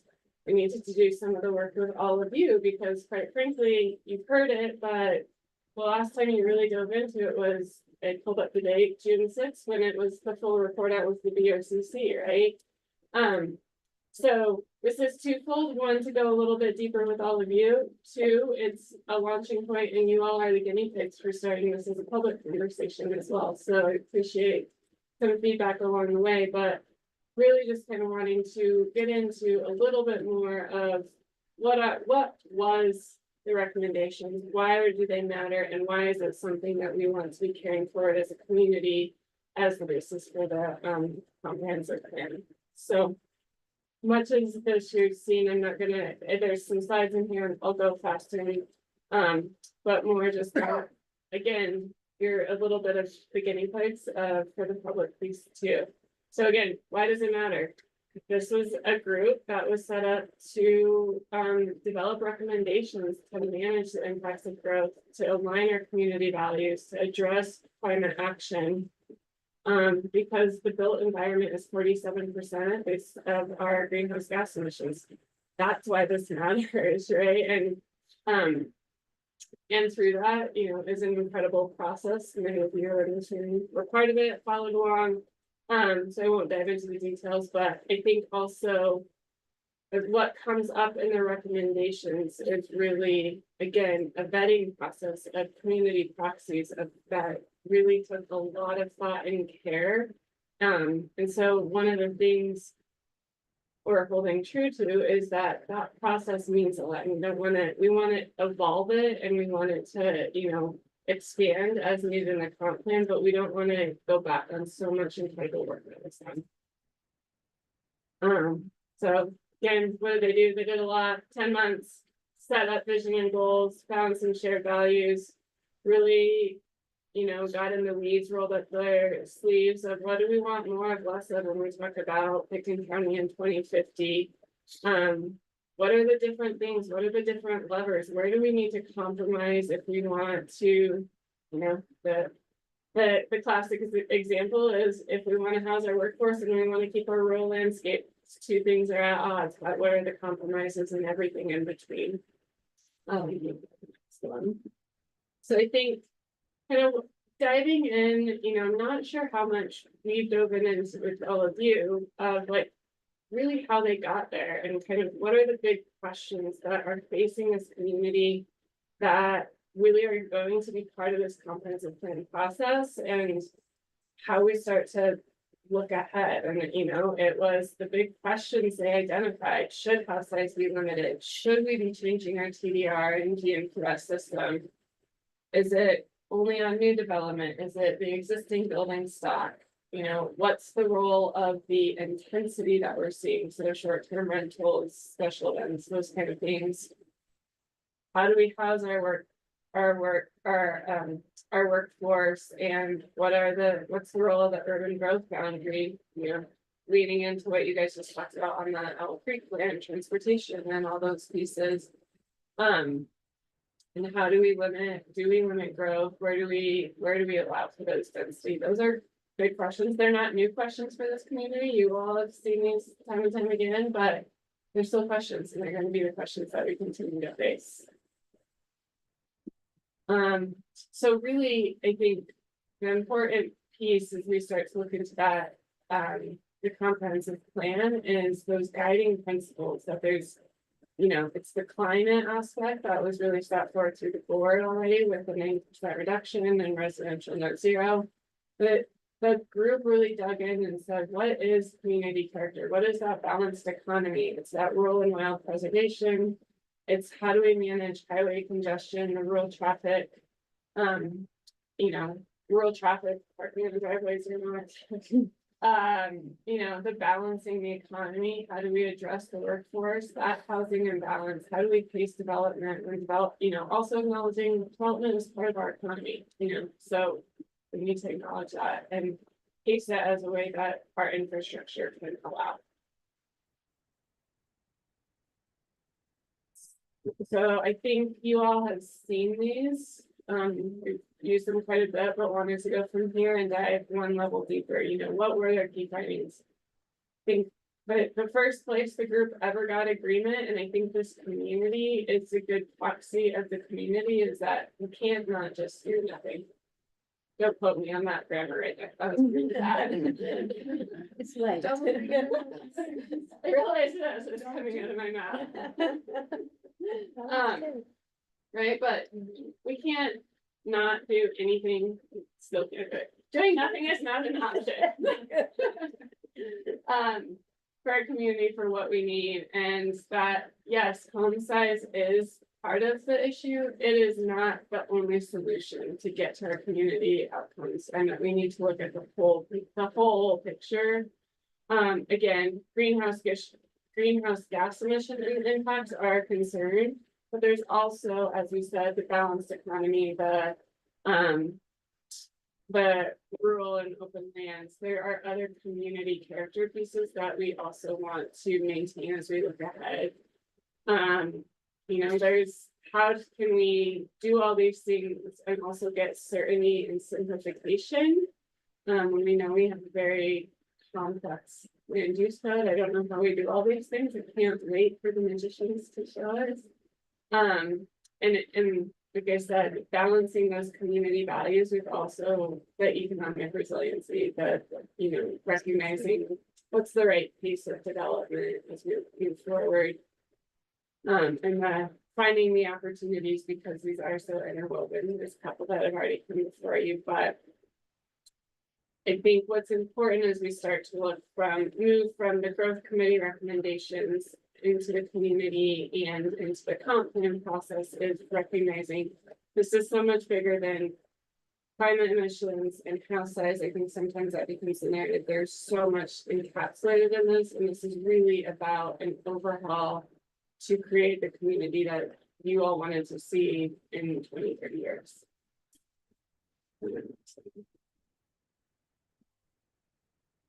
So as we've been working, I pulled this quote, and I normally don't put untyped stuff, but I thought this was really important. This is from the group's executive summary, and I think it's encapsulates a lot of the work. As well as really helps to frame up why this is also the work that's so foundational to the company. So I won't read it. Think you all can read it, but it's very powerful and really speaks to all the work, not only, again, the recommendations, but the process and what the final outcome is because of this kind of statement.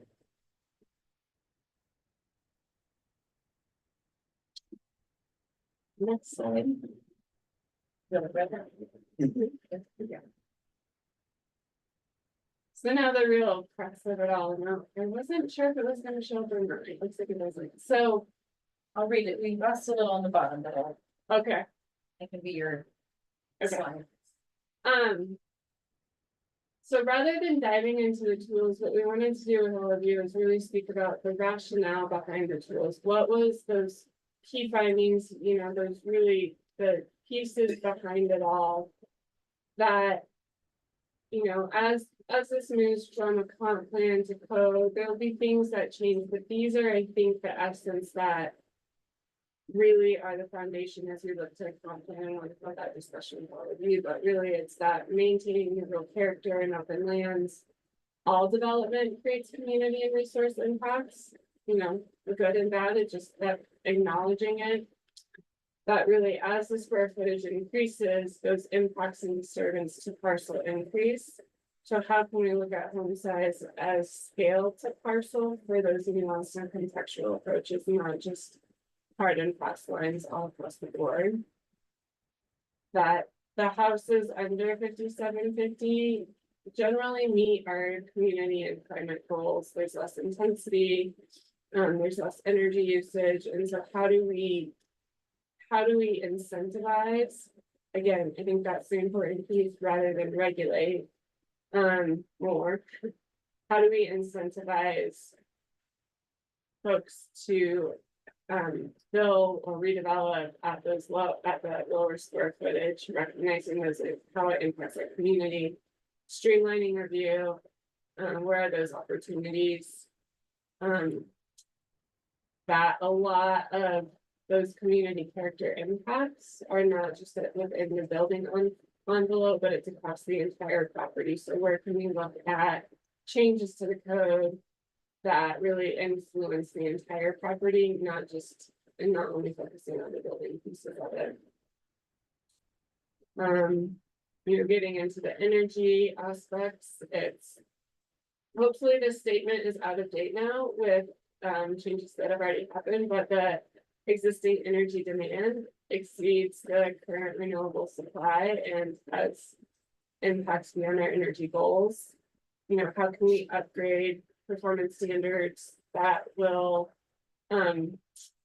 encourage more energy efficiency while the grid basically catches up to more renewable energy? And really looking at, if we want to meet those climate goals, we need to look at, you all had this conversation, it's perfect. We need to look at an energy master plan. So really, it will be hard conversations of where is that energy generation and storage appropriate if we want to meet those community and climate goals. And really that this is not just about the existing development, but it's about the removals and the redevelopment as well. Hopefully none of this is new, but I think it's just to pull out the rationale behind it and those conversations that I think speak more to the layman turnout and the general public of what this process is really trying to address versus a FAR that everyone understands. That is everything that's on the slide. Oh, it is. Okay, I'll go to the next slide now. And keep this brief, so jump in. Trying to encapsulate 10 months and 26 meetings in 2 slides is a lot, so this is good. I think that when this was originally started was, what was the role of the GMQS system? Is it something we want to overhaul? And I think there's a lot of recognition that it's valuable for pacing and managing subdivisions in rural areas, but how can we revise it to meet our goals of the future. Same with TDRs, there's inherent problems, there's inherent issues with it, I should say, that maybe are in conflict with our community goals. But it's a really valuable program and we should look at what are the opportunities to revamp it. I think, as you all are well aware, there are some really innovative ideas that I hope we can carry forward, but the crux of it is it's valuable for maintaining our rural lands and let's not lose that as a tool. I think also affordable housing is what is critical for our community in maintaining the health and vibrancy. How do we do that? Well, we're trying to look at maintaining our rural spaces and open lands in the county. What are those types of developments that maybe we would want to look at that haven't traditionally been allowed in Pickens County? And, I think lots of great ideas about how do we lean on the residential development sector to find affordable housing. It's probably some untapped pieces that we haven't looked into as much before. Creative ideas are all there. And really, again, bringing more of water and hazards into the full picture, as we think about the parcel, not just the, how can we look at it even more like.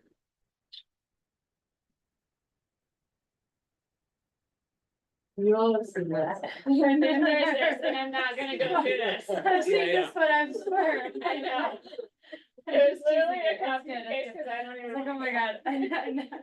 It's just such a familiar. That's good. We're happy to hear that. I'm just teasing you, though. It's good. It's a familiar picture. I love it. It's fun. So I'll pause. That was a lot, but I think really, as everyone said, this is the foundation for the comp plan. This is what is. A lot of this work would have been, well, this was community dialogue, but in its tradition of picking it off, we'd be going. This is the foundation. What questions? I don't know if you have questions on some pieces, but what discussion or anything do you all have as jumping into comp plan, using all of this work as the foundation for a comp plan process? It's just excellent. It's still excellent. Yeah. You Creative. just have to make sure it goes from not this, that it only stays as this picture. I actually have to do something. I just from it. Coming from my perspective in my day-to-day, if I take something that's old and make it new, I sometimes just take the old draft and revise it. The lawyer does. And then you're left with just a red line kind of weird system. Are you going to like delete and replace everything? Or are you learning the red line? In the comprehensive plan? Yeah, because there's an existing comp plan. So are you gonna take that model, or are you gonna subvert the dominant paradigm and start like some other sort of system? That nobody's seen before, because sometimes you get stuck in a rut. If you just keep that old draft, you miss things, it's not a good thing to do. So there's pluses and minuses to any approach, but does anybody have a general idea of how they approach it? Yeah, we do. So, really, and coming from someone who was not a part of this whole CJC process from the beginning. But I think from my perspective, seeing that now as a report, there's really several things that came out of that, which was vision and values, really specific recommendations, both from a policy standpoint and then from a code standpoint. Ultimately, really a pretty significant paradigm shift in terms of how the land use code and how growth management functions in Pickens County.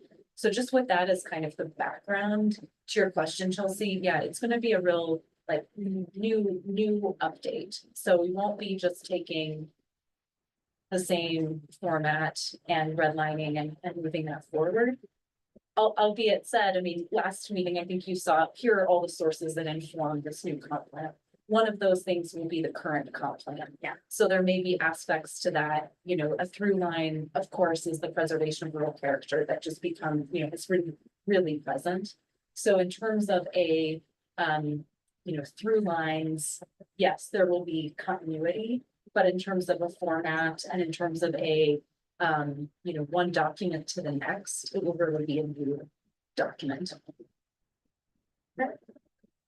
Yeah, it will be a significant update, not a red line by any stretch. The some parts you can't like totally toss out with No, TDRs. you absolutely have not. to- So there's some lingering skeletons that'll Yeah. stay in there, but Definitely. that's good to hear you're kind of Mhm. reconfiguring it all together. Yeah, and also as we've talked about and shared before, the previous comprehensive plan or the current comprehensive plan that is in effect today from 2003 summarizes the master plan, the Carthage area master plans, which is one portion of what the update will do. But as was, discussion with the CGAC, it was land use, but how does land use touch so many of these other aspects of our quality of life, which are land use and the other aspects kind of beyond that about economic resiliency and traffic concerns and, citing for renewables, which are all really relevant topics today that the current comp plan wouldn't speak to or doesn't really give any kind of energy toward. And so, in order to be really truly comprehensive, we will be including those topics. And I mean, even kind of as Chris commented, there's a lot that the state requires comprehensive plans to include, which we're highly aware of, and that will be also part of the comprehensive plan document.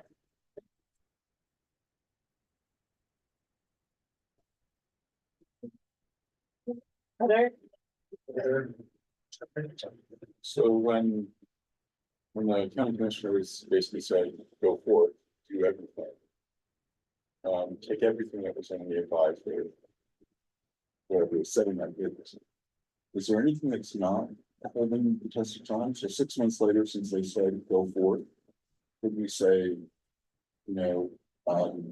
great, you guys didn't simplify our lives at all, but we met with P and Z and, really right now, we don't have an appetite for residential TDRs. Or right now, actually, the biggest thing for the community is to say urban growth boundary or not. Like, with all the other moving parts of the puzzle, are there some things that could simplify life and our lives in Lyft? Not saying laziness, but just saying residential TDRs probably we should pick up in 2 years as an amendment to the comp plan, but not drive forward at this point. And TDRs are really important to them, but resident meaning the Randy's proposal. yeah. Creating a new type of TDR. Right. based on- Right, so we just decreased home sizes, we're trying to increase supply, seems like from an economic standpoint. There's I'm asking, is there a prioritization? Within all the recommendations, Randy's or whomever, that helps drive and focus the conversation opposed to the board's recommendation of do everything. Didn't we already sort of tackle some stuff right at the beginning? House size. Yeah. Or I guess the other way of answering the same question is not putting Randy aside. Right. Is there a TDR moratorium or a GMQS rewrite, like? That's not the whole scale rewrite of the comp plan, much like we reduced, the cap. And maybe just, Is that, yeah, right? and I'm just. not trying to piss off Randy, but Yeah, and just like kind of 2 things on that. One, just to clarify that the comprehensive plan will be a policy guiding document. And then there will also be literature recommendations that will live and be codified in building code or in the land use code. And so the comprehensive plan, the reason that we're doing the comprehensive plan now is that moves the kind of community energy around vision and values, the policy discussion, that then sets the stage for adopting and is used as the basis for adopting those different code updates. So there may be some real specifics about how does a residential TDR kind of, some specifics of that will ultimately live in the land use code where it will have its home, but it may be set up in the comprehensive plan through the process that we're going through with you all. so Hannah, your answer then is everything's still on the table in the comp plan. In terms Yeah, of, for work here, I think right now, right? Sorry, so there's no refinement, there's no focus, it's still Well, take everything. forward. We've gotten, right, part of the recommendations was we needed to know more information. What is the economic impact of TDR? What is the different options on FAR, so I think where we are right now is. We can't say what is on or off the table until we get that additional data to really start with that scenario planning and say. This has to come off if you want this, and so there will be that prioritization. We need more of that data piece to get there first. Who's the data piece? Okay,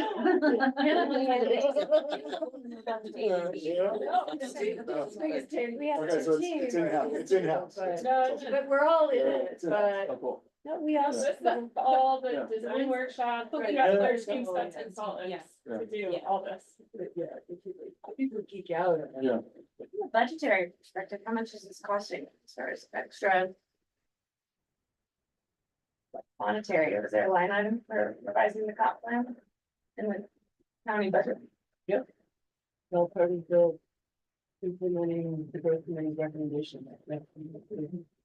Is it like part of the annual budget that's normal, or is it like an extra piece?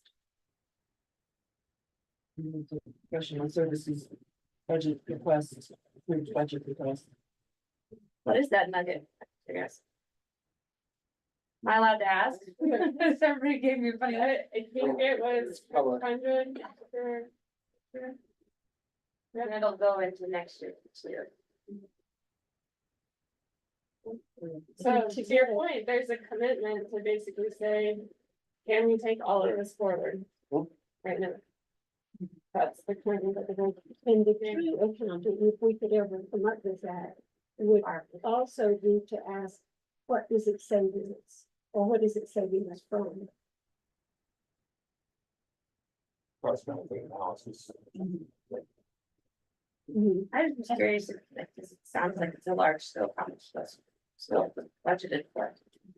And it is totally linked together, like the comprehensive plan is a part of the Vision 2050 process, which includes, broad community engagement and moving the data analysis that Carol was mentioning, and then the code update. So it's kind of the process is moving all. It's one project from a standpoint that's different, ultimately different deliverables that different steps.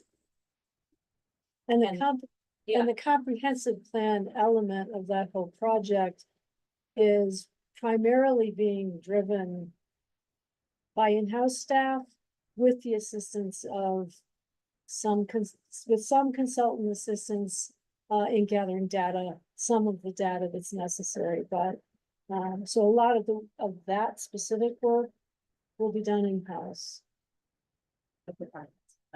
Yeah. Yeah.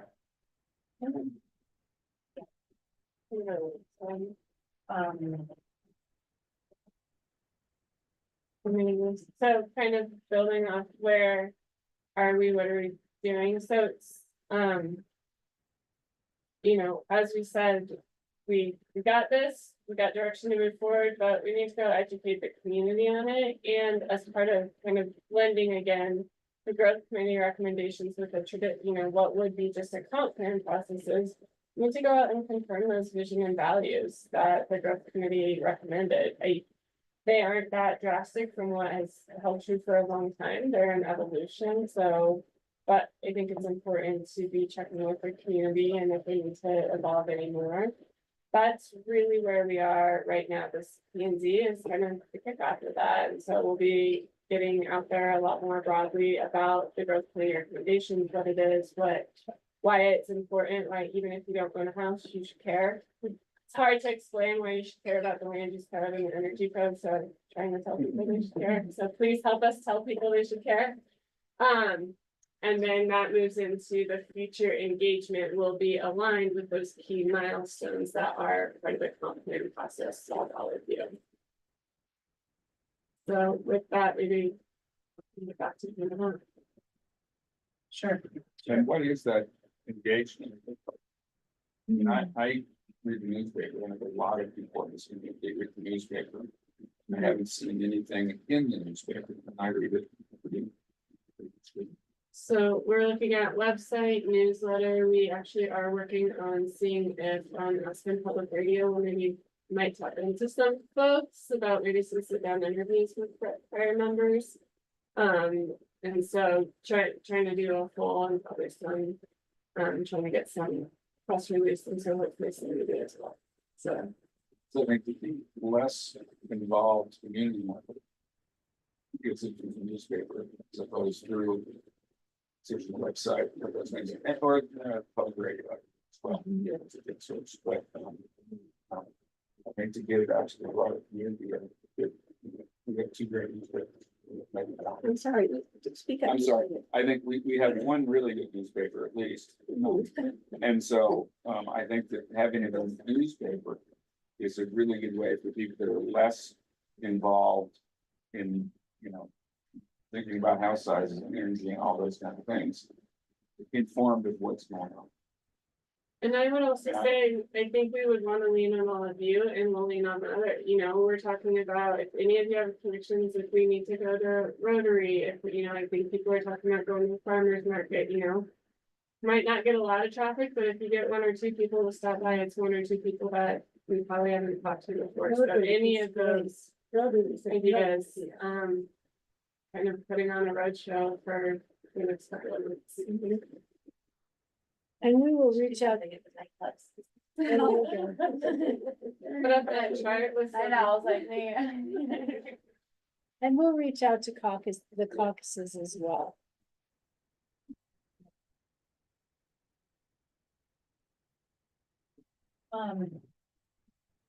And speaking of caucuses and, that work, so we met with the former members of the CGAC, and one of the aspects that was really present for them was, hey, we want to be a part of this process, and how can we plug into this more quickly? And, one of the best practices in terms of doing comprehensive plans is having a steering group, which is really having a kind of community proxy to bounce ideas off of, to kind of vet things through, before that then comes to formally to the P and Z from staff's perspective as a recommendation. So what we're proposing to do is put a call out to members who participated in the Growth Advisory Committee and also to caucus representatives to make sure that the caucus voice, the master plan connection, is really present in this process to form the basis of this student group. And our thinking on this is that we will be meeting with that steering group regularly, that as we're going through this policy kind of, deep dive process, that may look like monthly. As we start to get into drafting, that may spread out a little bit. And then vetting through and working through with them as a really an aid to us as staff who are driving this process. And then coming and presenting key milestones back to you all as P and Z to just say, did we get this right? Does this make sense? Do you all want to move forward and give final feedback to us? So from a just workflow standpoint, that's how we're proceeding to move forward. And that was something too that we, for the CGC, is a way for them to really plug in.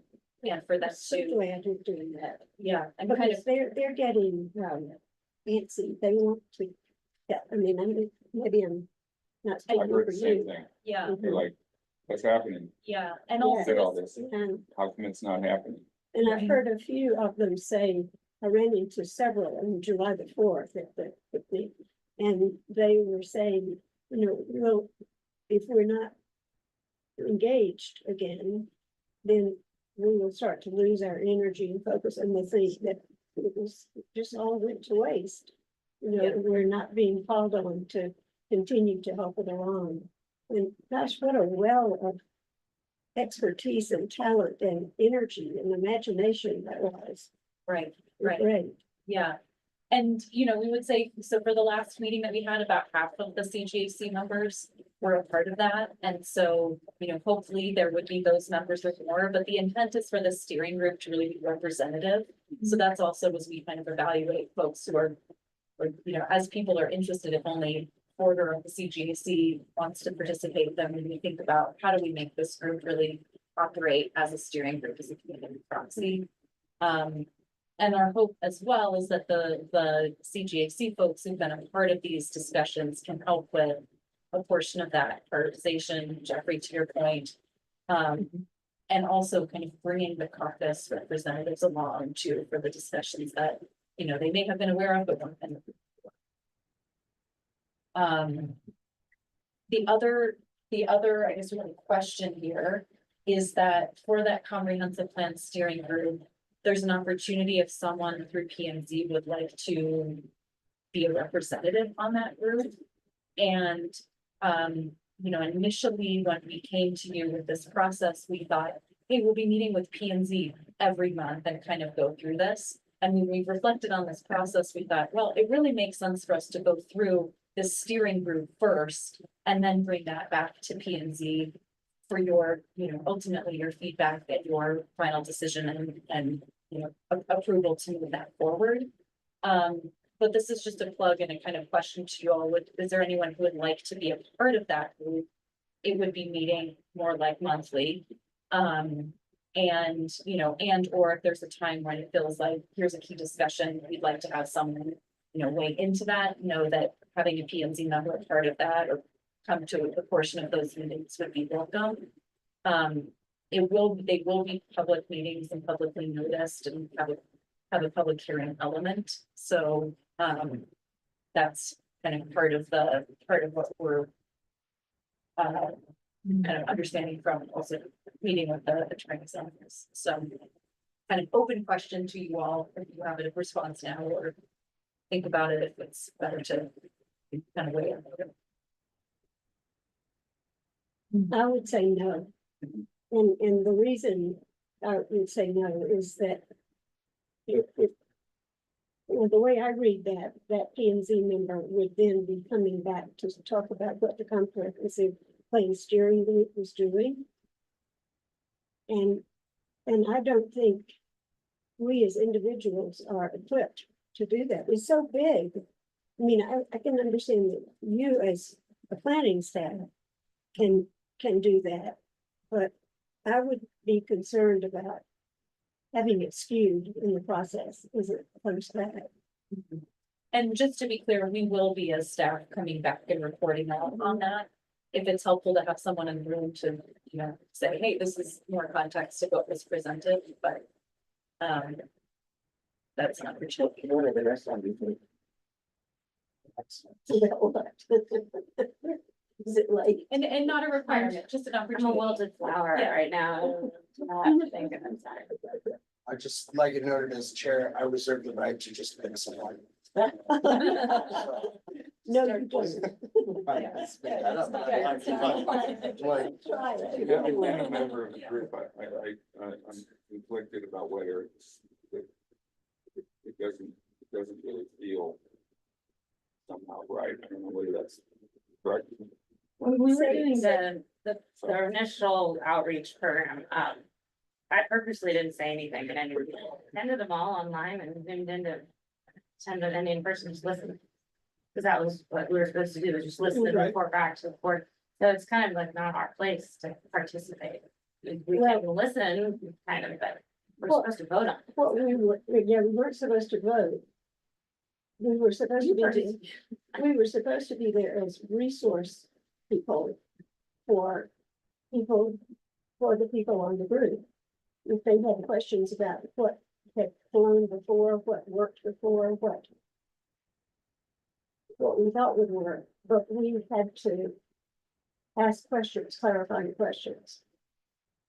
Well, and I think the idea here is that, right, it wouldn't be just, you can join in and sit in the back, but you would be able to participate again. This is helping, work through issues, discuss things, again, we're just getting input. Staff is then synthesizing that to bring forward. So again, we don't have to have a PNC member. We don't think it's inappropriate to have a PNC member. And you would be a participatory member in the group. We want to avoid having too many of you, again, so we were looking for, if there was one person who was interested and wanted to participate in that group. That again, we've vetted it, we've talked to the attorney's office, again, that's appropriate. Could be, helpful, but it's not an expectation that you're reporting back to the P and Z, but you're just another member of the steering group, and yes, you as the P and Z will then be at some point voting on the comp plan. So I think it's for you all to take all of that and decide, you know, right, if you think that's a place that feels comfortable or not. And if not, that's fine too. Maybe just to add on to take a step back, right? Like as Hannah said, the reason there's a steering group is it's a best practice of. It's the proxy for the community, so it's where a lot of that feedback from the community is in kind of. Workshopping through everything we're hearing that staff is hearing is gonna go to that group, and then it's gonna be distilled one level down from that group as it comes to you. So the other kind of piece is, you know, when is the right time? And maybe there's certain times along the way where it's gonna be really important that having one of you or someone be there to hear that dialogue about the distillation of the thinking of the proxy of the community, that you all need to understand how they got to what's coming before you. I think is when it is valuable from the staff side to have a P and Z member there along the way. But maybe it's not everyone, and maybe there's certain ones as well that you all have one representative or two to be at, but. The part that bothers me especially is being a participatory member. Being more than someone that could answer questions about history, or that would ask clarifying questions. But being a participating or voting member, it just seems to me it crosses a line. I understand the county attorney doesn't think so. So I serve on their board, it's 25 members, we have several that are ex officio. And they have views and they have, their chiefs and, in their role, they bring a lot to the table at the meeting. And even as ex officio, they're not voting members, but they're clearly damn good resources. I think I like this. So it's a valuable resource to the board to have ex officio or non-voting members in the room that have, the benefit of 8 years of planning applications. So you're bringing something else to the table, and you get to come back here and then remove the ex officio hat and vote in the overall plan. It's too hammered into me over the years to not cross that line. I wouldn't feel comfortable. If somebody else says that's fine with me. But it's written on my back.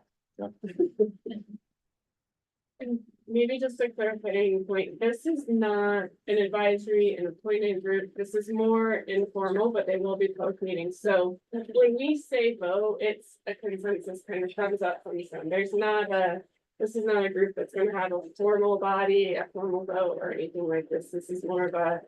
Informal public stakeholder group, so just wanted to clarify that for all of you. How about you just keep us posted when the steering group is created, let us know how it's going and who's on it and what you talk about. Well, that will be doing. We'll be Great, coming okay, back to you that's to all report I out. need, I don't need to sit in the meeting to get a 5-minute clip notes for this. We'll bring another fan. I'm not sitting in a hot. Yeah. I keep looking at the screen where it says 65 and mostly cloudy. I'm like, can I be in 65? Outside, like 77, 80. Right, we'll just in, Swelling up. so we'll touch base with you on that, and then just to say quickly next steps, so we'll be meeting regularly with. The steering group, we're standing that up now, anticipate the next meeting to be in August. And sharing out the existing conditions report that we've been working on. Our plan is to meet with the steering group, share out, get some feedback on that. First part of the comprehensive plan, and then bring that with their feedback to planning and zoning. To you all for your review and feedback and thumbs up, hopefully. Yeah. So that's where we are. I mean, I think it's not proceeding any further. Any other questions? Let's be over. Yeah, I think it's over. Any more questions? I'll look to Kara, but when we do have a website up and other public outreach set up, does it make sense for us to inform the P and Z what's being disseminated, where it's located. To send you an email. Or, Can definitely do that, and I would say when we do, the best way to do it is to sign up for the newsletter. I don't think we can sign people up. This is why I'm here, she probably knows. It's a weird thing, I don't understand. So we can send out how to sign up for the newsletter too moving forward, so maybe that's, That will be- okay. What's, Mhm. what is it? we don't have it yet, but there will be a newsletter. And the newsletter will include information about where to, what resources are available and where and when meetings are scheduled and the like. So that is probably the best way to stay informed. Mhm. So we'll let you know how to sign up, how and where to sign up for the newsletter. I won't go on long about this at all, but it still seems to me like that would fall under the ex parte contract. You're gonna vote, but you're out there talking to other people about how you're gonna vote. No, so that is very intentional that this is not an appointed body, so there is not. Are you talking about the steering group or P and Z being? P&Z member going. And what I was told in the distant past was, yes, you can go and talk to that person as long as you come back in, as long as you take notes and you come back in, and at the next meeting, you tell everybody what you said and what he said. And I think the difference there is if this was a land use application and you were talking to the proponent of the land use application, Mhm. that's really where that issue is playing out. Yes. So you should be on the street having a conversation with them about that. Yeah. This is broad county policy we're Mhm. talking about. I don't see that as the concern with this. You're just hearing it more directly from them, which would also then is staff is not hearing, and then staff is going to be presenting it to the P and Z. Mhm. So, I don't think there's any harm, and I think there's, again, the value in people who have been on the P and Z for a long time and have a perspective from that about all of these issues we're gonna be talking about. Mhm. You will be talking about them again when you're in the mode of adopting the comp plan and along the way. It's just another opportunity to be a part of, I think, that discussion. But I don't think there's any concern from that perspective. And also, just to clarify, these won't be public hearings, notice public hearings. They will be noticed as public meetings that anybody can attend, so no action is gonna be taken at these meetings, no formal action will be taken at these meetings. Mhm. Just to clarify. Awesome. Any further comments? And I would, not, I'd entertain a motion to adjourn. Thanks, everyone. Thank you. Awesome. Yes. Thanks Thanks for for sharing that. Congratulations on being a parent. Yes, thank you. More to come, as you know. Well, as long as it's, yeah. Oh,